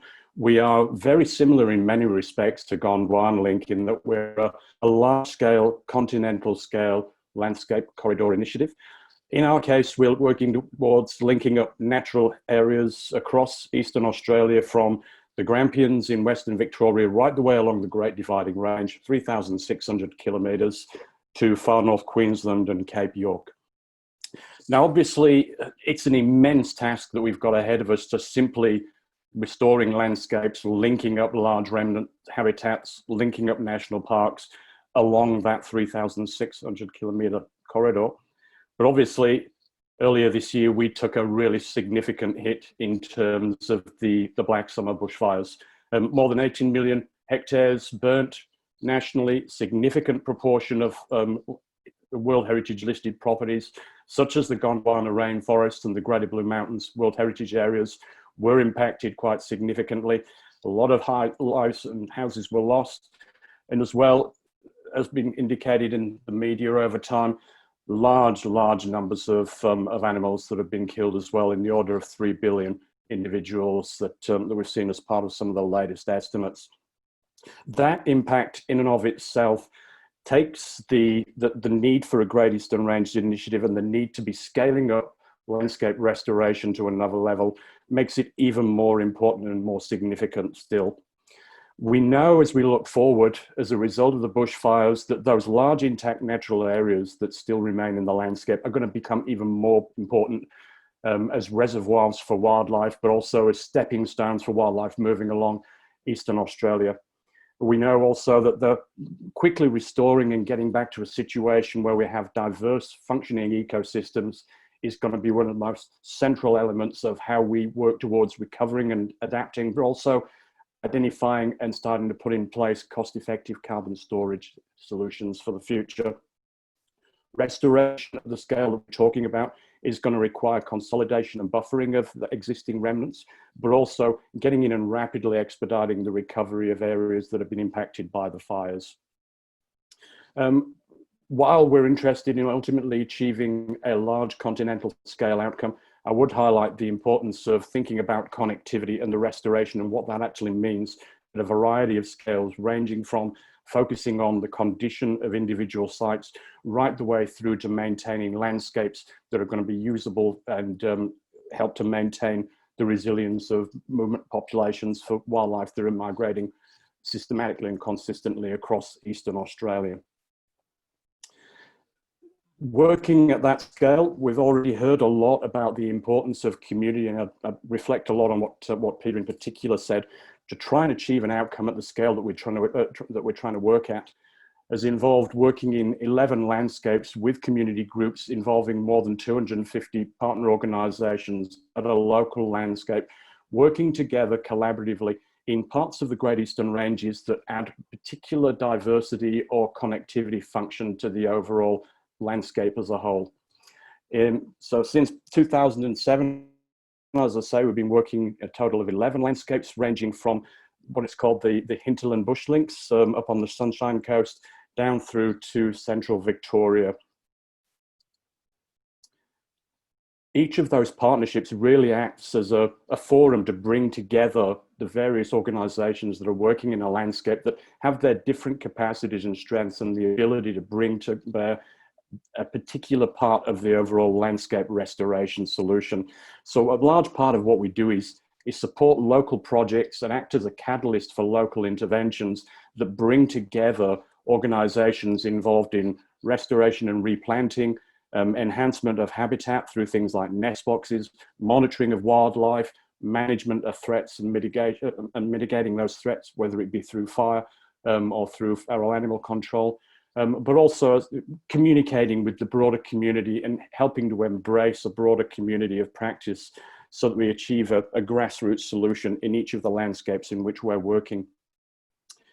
How it looks in practice is we're working towards establishing at the local level what we're calling corridors of collaboration, where we encourage landholders and organisations to physically link up their activities across the landscape. So we're achieving these linked up corridors at scale. In this case, one of our oldest examples in our Slopes to Summit landscape down on the southwest slopes, down near Albury, where we've been working over a decade now to link up Bachmann National Park with an otherwise disconnected nature reserve, enabling the movement of things like squirrel gliders and other arboreal mammals through that landscape. Now, we don't just work in any given landscape in one location. what we do is we actually work towards identifying key gaps within the landscape at a larger scale, and then get those corridors of collaboration happening in the gaps between either national parks or other extensive areas of remnant vegetation, such as here in our Canangra-Boyd to Gondwanalink corridor, where we've been working since 2012 to fill gaps between a variety of national parks and nature reserve tenures down the length of the Abercrombie River on the central tablelands of New South Wales. And then thinking beyond individual landscapes where we're getting that aggregated outcome, we also manage and coordinate projects that are undertaking that type of work in a coordinated way across the full entirety of the Great Eastern Ranges corridor. The model in itself has been particularly useful as part of our strategy for responding to the bushfire crisis. Earlier this year, we started a major multi-landscape collaborative project involving and funded by WWF Australia called our Cause, Corridors and Koalas program. Really what that program is doing is rolling out a staged response at large scale by identifying the priority locations that we need to be working to expedite site recovery, identifying locations where we can quickly intervene to restore lost resources, whether it be feed, habitat, or lost connections, monitor the health and recovery of the overlying system, and then continue to coordinate the available capacity and programs of partner organizations working in locations that we've identified as priority. That itself has relied on a fairly extensive process of consultation and spatial analysis, working with a variety of our partners to identify where are the particular locations that we should be undertaking those interventions. In this case, we've identified 10 locations across from southern Queensland through to central Victoria, where we're going to be working over the next 12 months in particular to rapidly roll out an upscaled process of post-fire recovery. In addition to dealing with arboreal mammals and koalas, we're also able to use that type of work as an overlay or a framework to overlay work that we're doing to support movement of other types of species at a continental scale. So achieving that genuinely continental corridor type of outcome.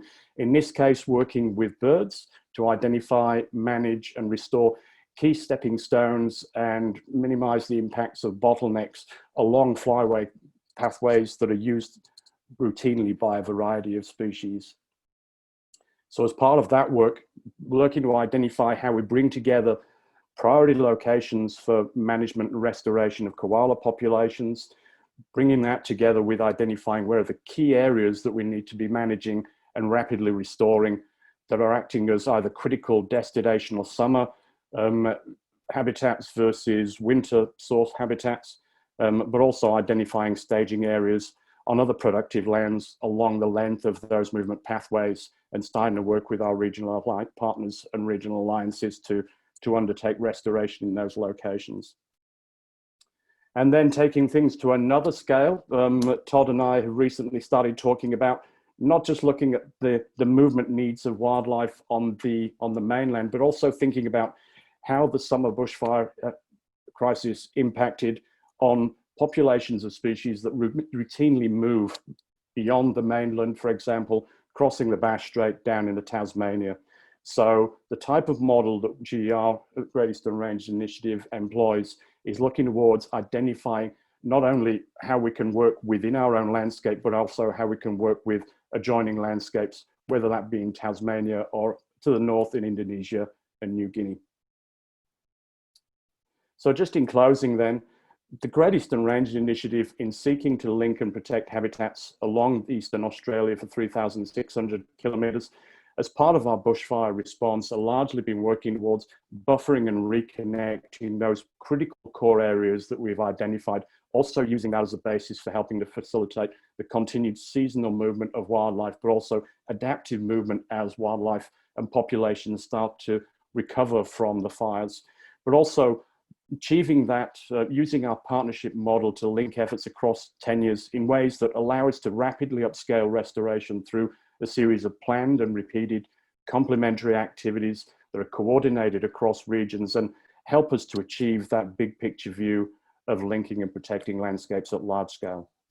That's terrific. Thank you, Gary, for that. And we're about to wind up, and there are a number of questions that have come in which we'll discuss when we finish the seminar formally. But one thing I do think everybody needs to consider is how, once we've restored these areas, how are we going to get governments to recognise that they are part of public infrastructure, that we're going to have to fund the management of these areas from one end of the country to the other, a huge area, and fund them so that they can be managed in terms of keeping the integrity of those ecosystems. So that's certainly something that we may want to discuss further later. So just in conclusion, I just wanted to thank all of our speakers tonight, and to thank also the people who've joined us around the country, and hope that this has stimulated interest from you, because I think the key points that have come out of tonight are that ecological restoration is an eco activity, it's a cultural activity, and it's also a public health activity. It's building for the well-being of people and the planet. That we're talking about building on a huge scale, to ecosystem restoration on a huge scale and over long time frames. So we have to be cognizant of ecological processes and aware of global warming and what that's doing to the system. That it has to be community-based, and it must be inclusive, and that is especially inclusive of First People. And we must make sure that that happens, and already there's quite a lot of experience, and Keith has certainly had that with the Gondwanalink project in Western Australia. Volunteerism is critically important, and hence the role of the groups who are organising, as Peter said, with the Landcare group and Gondwana group and the Glenelg group, you know, so many, organising and networking with groups of volunteers. But the issue is, where are we going to get the core funding to enable those organisers to be able to help with the management of data, get it all collated, get it to the right places, do the connectivity, and to actually manage the links between all of those groups. And of course, how do we get a recognition that it's a mosaic of activities? People say to me, but it's not my first activity. I need to go and protect forests rather than restore a degraded forest. And we have to say to them, we need everyone. We need the whole continuum, as James pointed out in his presentation, the continuum, everybody doing something, whether it is protection, whether it is restoration, whether it is remediation, whether it's staying the long haul for the whole project. We need everybody, and we want to thank everyone who is currently involved, and look forward to the scaling up of ecosystem restoration as a support to the UN decade, and recognising that it's actually what we have to do to survive this era of the climate and biodiversity emergency. So thank you very much, everyone, for joining us tonight. And if you can stay on, we will now go to an informal session amongst all the presenters who might just want to have a talk to each other, as if we were having morning tea at a conference or afternoon tea at a conference. So I'll close the formal session. Thank you very much. And we'll now move to the informal session. Okay. So it's as if we've all left the stage and we've gone backstage and we've got a cup of tea. And so let me put to all of the presenters tonight, you've heard one another. Who'd like to start? But I'll just throw it open to you. How do we get the money to fund this the core activity of community involvement? And secondly, how do we get governments to understand ecosystem restoration in the term of infrastructure, public infrastructure funding, in the way they think about funding roads, for example, as public infrastructure? Why aren't ecosystems public infrastructure? So over to you. Who'd like to start? Oh, I'll say something. Where are you, Todd?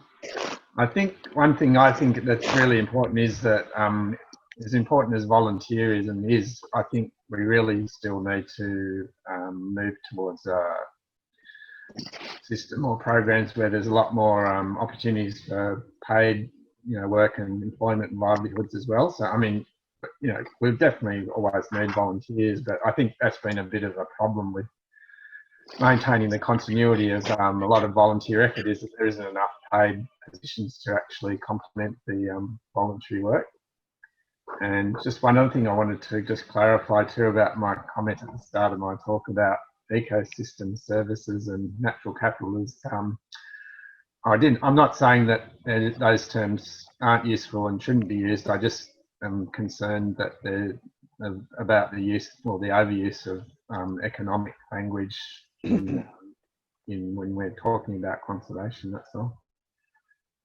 Okay, that's great. Thanks, Todd. One of the questions that came in that might be worth somebody commenting on is this issue is with global warming, species that are endemic to an area mightn't any longer be appropriate in the restoration of that particular area. So is it okay to use vegetation species perhaps from another area that are not endemic but may be better in terms of what's coming with global warming? Anita, do you have something to say about that, or anyone else?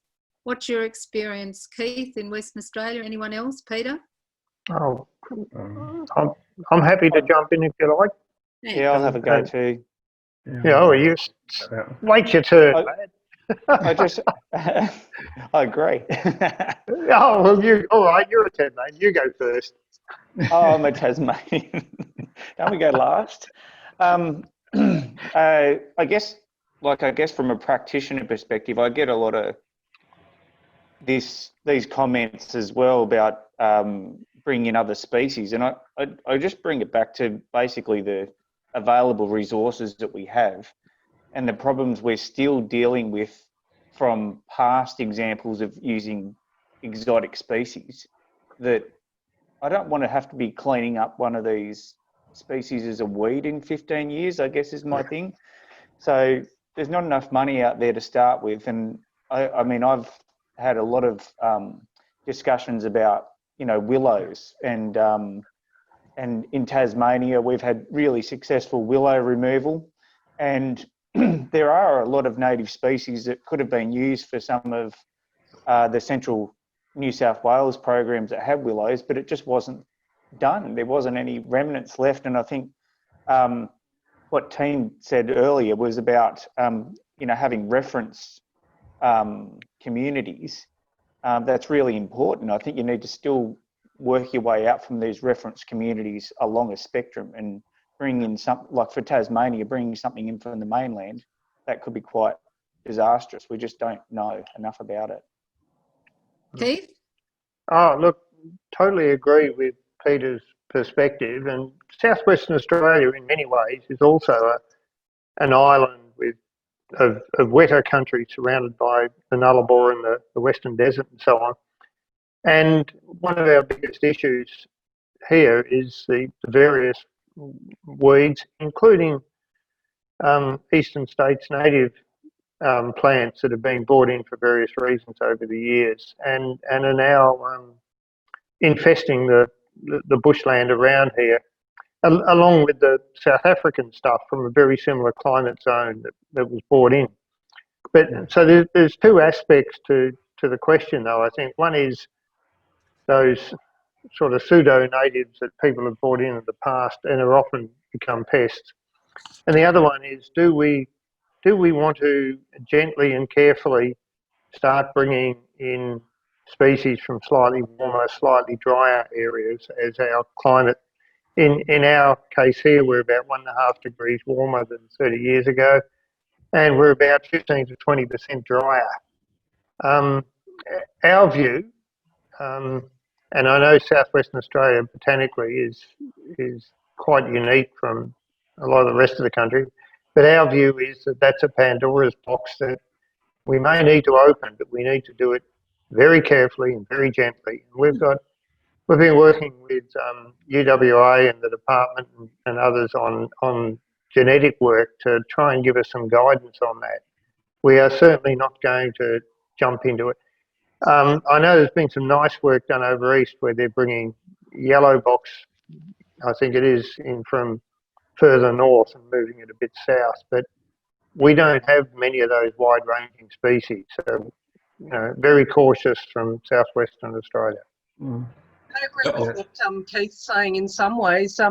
What we're seeing though, like that we may at some stage need to, and I think it's actually happened, look at some genotypes in some areas that may still provide that functional approach that the plants are having, using it in restoration. But we're also on a slippery slope, because I certainly know that if you go too far down that path, and I think some people have been looking at that, it's like all things that you can get extremes, that if we go too far down just looking at plants as a functional attribute and not looking at the particular species, you can lose some of those values. I mean, this is a values question really, and I think we need to sort of address it as, you know, it comes back to what the standards are saying. You know, we've got our reference ecosystems, we've got these areas that have values for particular reasons, and I'd agree, we just need to be really cautious and with the best understanding, because, you know, willows were planted with the best understanding at the time. And I think that's the case. It's a matter of scale. How far do you actually take species? Can you actually go to the next council area? We've got some northern Tasmanian coastal plants that are becoming a weed in southern Tasmania, the kunzias and things. Yep. So yeah, I think caution is appropriate, as you say, Keith. A gentler first step can be for those species that have a wider distribution, and I guess it's interesting here that the issues can get a bit tangled up. Are we talking about bringing in new species? I think that's part of the question. The other part of the question is, are we trying to actually improve the genetic integrity and viability of species that might be in relictual or really fragmented landscapes? And in the latter situation, there is definitely a role for bringing in material from the same species to improve the genetic viability of populations which are suffering from fragmentation. So it's like everything in ecology, this is a really complicated topic. And there's different ways of looking at it, but I think the range of issues have probably been touched on now, which is great. Yeah, I think for our area, we only use local provenance, and we've found that still really viable and growing really well. So we haven't seen any need to use seed from anywhere else, and like even in short distance, especially in places like Tasmania, you can have the one species and can have quite different growth forms and growth rates and flowering times and all kinds of interrelationships with other plants and animals that are, you know, you wouldn't know about. So it's you have to be cautious. But yeah, at the moment we're finding local provenance is still working really well. The other thing that we perhaps don't give enough credit to, that I've heard an interesting talk, I've forgotten the bloke's name, he was a restoration practitioner from the USA, talking about the plasticity within a species, and that we often don't, we don't know yet how much natural adaptability actually exists within the genome of these species. And so assuming you've got the benefit down there in Tassie of having probably more intact systems than some of the mainland ones, I mean, I think you're talking very sensibly in that situation. Yeah. It's definitely context dependent. We've had a question come in saying, particularly for Gary, with regard to dealing with 250 groups across 11 lands. And the question really goes, but it's actually something we all have to live with, and that is, when you're trying to network and negotiate with a whole lot of different community groups and so on, a lack of communication becomes an issue, and people often don't communicate very well around all of this. So for Gary in particular, how do they maintain communication or good, reasonable communication and working relationship with so many people or different groups? Okay, probably a couple of comments that I make there. The first is that that's the main reason why we actually rely so heavily on the role of having local partnerships that can bring those local groups together, that understand the context, have got local leadership that's actually grounded in that particular community, so has the local acceptance and as well as the local knowledge. It's a complex beast managing a program that has so many partners. And of course, there are breakdowns in communication inevitably from time to time that do happen. A large part of what we do is work to try and minimize the number of circumstances or occasions where that happens. And again, the regional alliance model is a big part of how we've tried to address that. And I guess the other aspect of it is that the reality is we spend a lot of time on the telephone and on Zoom calls. So I think I usually end most days more hoarse than I started at the beginning of the day. So, but yeah. So is James Aronson still on the line? Paddy. So yeah. We've still got you, Paddy. So while we've still got you, I'm just interested in your response. You've heard all of the presentations, what's going on in Australia. What's your response to what you've heard so far? Well, I feel very humbled. You know, it's really exciting to hear such a range of activity and I just was really happy to hear so much emphasis on science and so much emphasis on community, because I think those are the two essential axes on which we've got to work. I was also happy that that recent discussion about, you know, do we try and second guess climate change in terms of ecological change? I think there's room for experimentation there, but we've got to be very careful. And, you know, some people have got overexcited about this, including some very brilliant people in the last 10 or 15 years, and kind of really advocated abandoning baselines and reference systems. I think it's critical that we don't do that, that we hasten very, very slowly in that area. I thought that discussion was really good. I'd like, if I might, to just jump back in, though, to the question that you asked, Christine, and that Todd raised as well. And, you know, how do we get government and social buy-in? I'd kind of, you know, go back to something that somebody, I think it was the guy who started Earth Day, said in the 1970s, and it's still not understood, that it's critical that we understand that the economy is a subset of the environment and not the other way around. And if governments understood that, if corporations, which we need to control and regulate a lot more than we're doing at the moment, at the very least, if they understood that, and perhaps sometimes some corporations understand it more than governments, but if we understood that, we would realize that, you know, the environment, I argue this with my old newspaper all the time, the environment is not something you just put occasionally in the weekend supplement because it's pretty. The environment is front page news every day. And with this pandemic, it actually is front page news every day, but we're looking at it backwards. We're not looking at the root causes of the pandemic and how we make the next one less likely, because it's, you know, so I think that's critical. And I might, to conclude, just throw in one idea from, you know, our experience in Ireland, which is by no means unique, and I'm sure you have analogous experiences in Australia, which is encouraging the idea that land managers, including and perhaps especially farmers, are stewards of the environment. And if we as a society want them to be stewards of the environment, we have got to reward them properly for the work they do. And we have had some very, very encouraging schemes. There's an area of Ireland called the Burren, a limestone area in the west, which is very important for flora. And a group of farmers who started off resisting environmental regulation, which they saw as an imposition coming from the European Union and Brussels and coming from the capital in Dublin, neither of which they liked particularly, with some good reason. And they started off by resisting, and they ended up with wonderful synergy with an agricultural advisor who has inspired them to talk about themselves in terms of producers of biodiversity. So they have reinstated certain traditional farming practices, and they are rewarded on the basis of outcomes, not on the basis of obeying regulations or not doing particular things. They are regulated on the biodiverse quality of their land. Sorry, they are rewarded on the basis of the biodiverse quality of their land.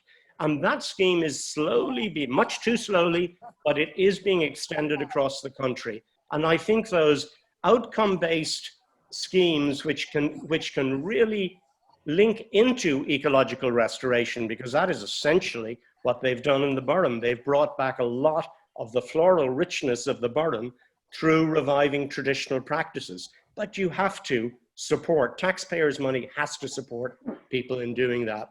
Otherwise, you know, I saw a quote the other day that I hadn't seen before in Isabella Tree's rather problematic book, Wilding. I don't know if it's as popular in Australia as it is in Europe. But she quotes a farmer as saying, you've got to be very careful about going green because you're going to end up in the red. And I think that is something, you know, it's too easy. And I always remember talking to Keith about this, you know, urban ecologists drinking cappuccinos miles away from the country, miles away from the reality where people have to make a living.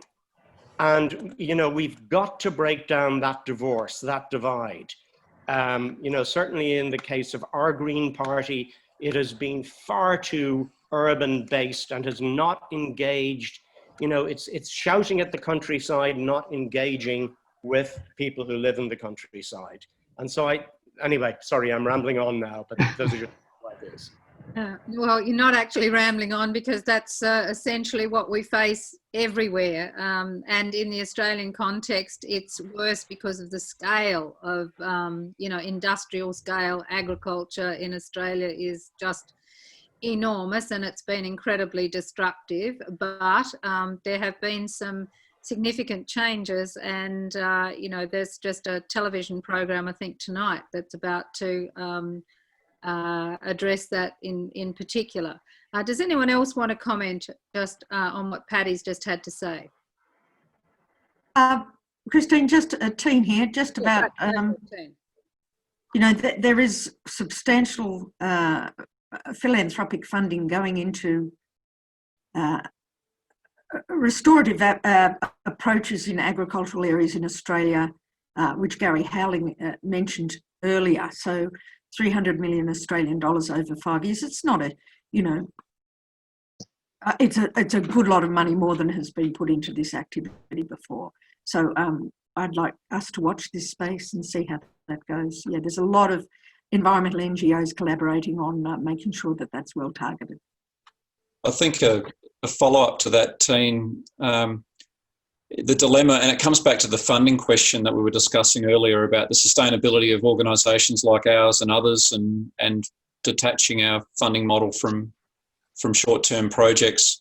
One of the questions that was asked in the chat at the end, which talked about, you know, how do we manage all this land? And, you know, for me, it's, you know, how do we turn, and it comes to what you were saying, Paddy, how do we turn this choice for people on the land into something that actually pays a retainer, you know, an ability to keep people on their land, to mix their farming methods up, to do some of the creative things, to work with us.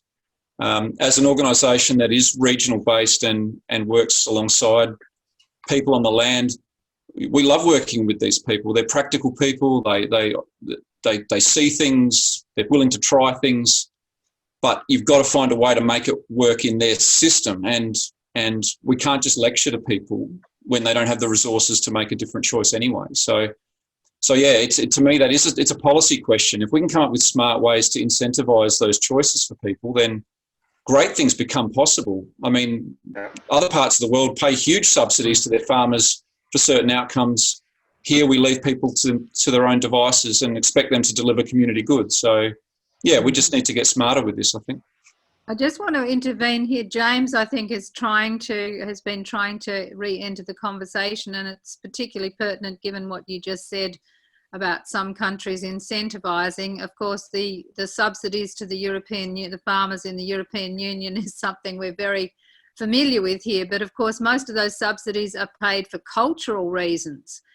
Because they want to make the cheese how they've always made it, or the wine how they've always made it, etc., not for ecological reasons or for improving, you know, biodiversity or any of that. So it requires a cultural shift in the European context too, I think. But James, on the health issue, I think everyone's really interested in the biome and the microbiome issue of actually, it's not just getting ecosystem restoration for it's good for the planet, but it's also good for people in terms of the microbiome. I think people are really interested in that. Do you want to just comment on that, James?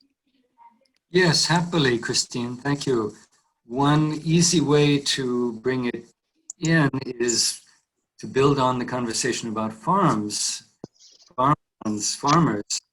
This is a very strong link between ecological restoration of native ecosystems and regenerative or organic farming, and that is what's going on in the soil. We haven't had any discussion of it today, but all of the microbiome work in human gut systems and human bodies began with studies on soil microbiome. And there's a huge revolution taking place today, just in the last 15 years. The knowledge and the technology of how to study microbiomes either in or on animals and plants or in soils has exploded. And this will definitely change everything that we think about ecosystems. So I would like to see a lot more effort going into that. The Healthy Urban Microbiome Initiative that I mentioned, based on Flinders University in Adelaide, is one of the leaders in the world on the science of this in the urban setting. And there are many, many people working on soil microbiomes as well, but there needs to be much more collaboration. And I think that Paul Martin is trying to intervene. Go ahead, Paul. You're muted though, Paul. Okay, I had unmuted, but now I've muted and unmuted. We have a project, we're working closely with Gary and his people in New South Wales Landcare, and hopefully with Keith and his people in the near future, looking at new funding methods for rural environmental restoration and protection.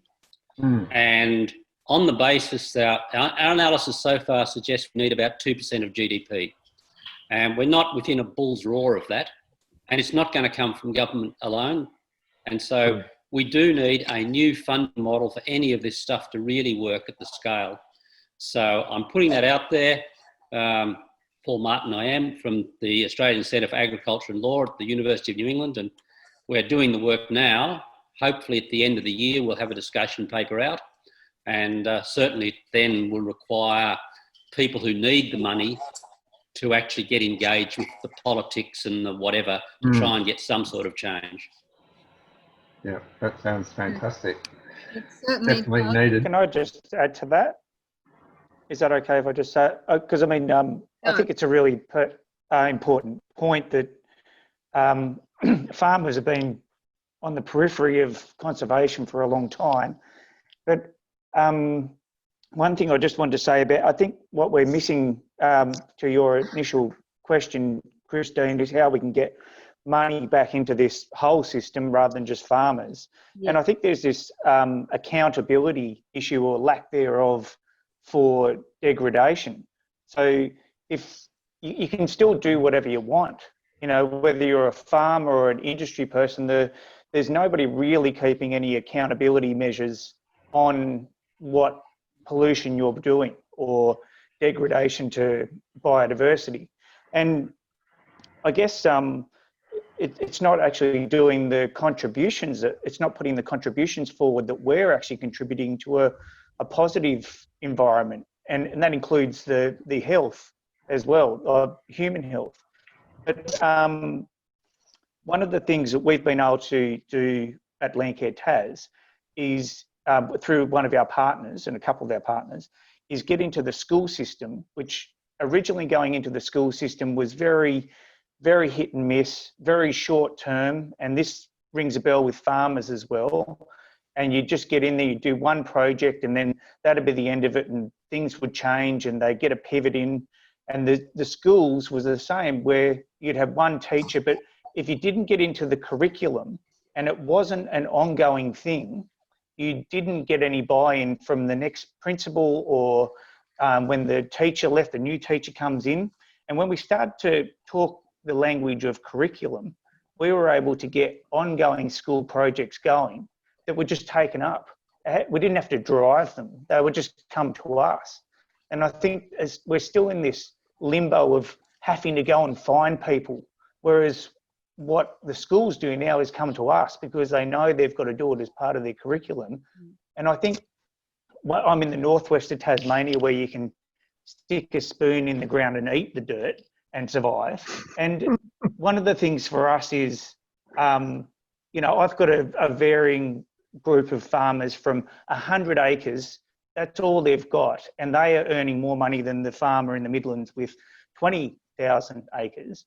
And Christine, as you know, good old Wesley Vale. And I mean, the thing that I'm noticing now with Simplot and a couple of the actual food processing plants is they won't take potatoes with too much dirt on it, because they know it's not just about looks. They know that it's taken, the soil biome that we're talking about has been absolutely destroyed in the process of them getting a couple of tons of spuds out. So it's not good for them in the long term anyway. So they're actually turning them away. And I think we need to get into that system of the food processing system where, and anyway, that's my two bobs.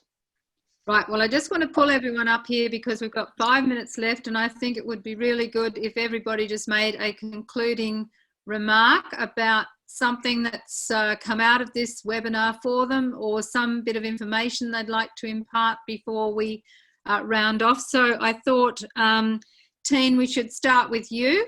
So a concluding remark, and then I'll just go around everybody.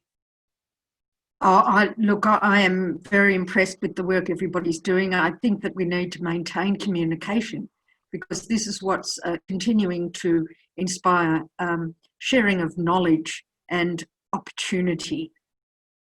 I'll leave it at that. Thank you, Christine. Anita.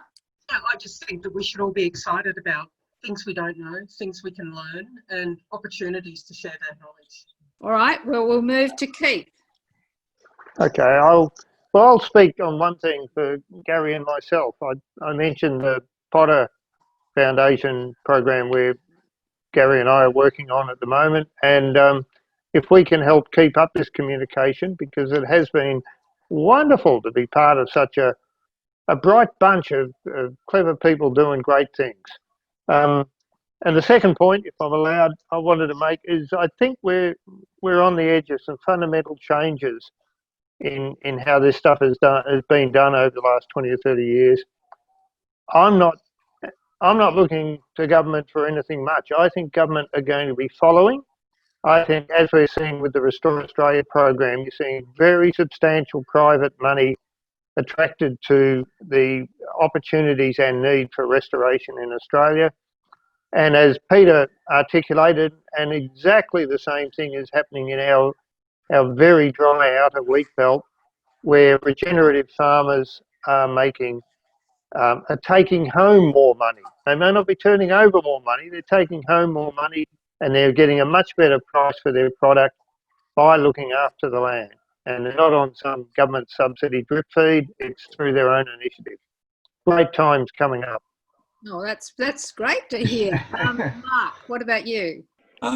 Probably just say that a thing I've really appreciated about tonight is the sense of, there's realism, which is important because we need to know where we've come from and the challenges. But beyond that, I feel a sense of optimism. And I think that that's the thing, that if we want to engage the wider community who aren't here with us having this discussion, then we need to have positive stories and messages of hope, because we're all hearing the bad news on a daily basis, and that seems to be what the media focus on. But as far as our networks and the people we communicate with, I just think there's a lot to be said for, all the things we've been talking about tonight, and there are things we can do, and we really need to focus on those things. As far as I'm concerned, that's really the only way forward. So, message of hope, I'd say.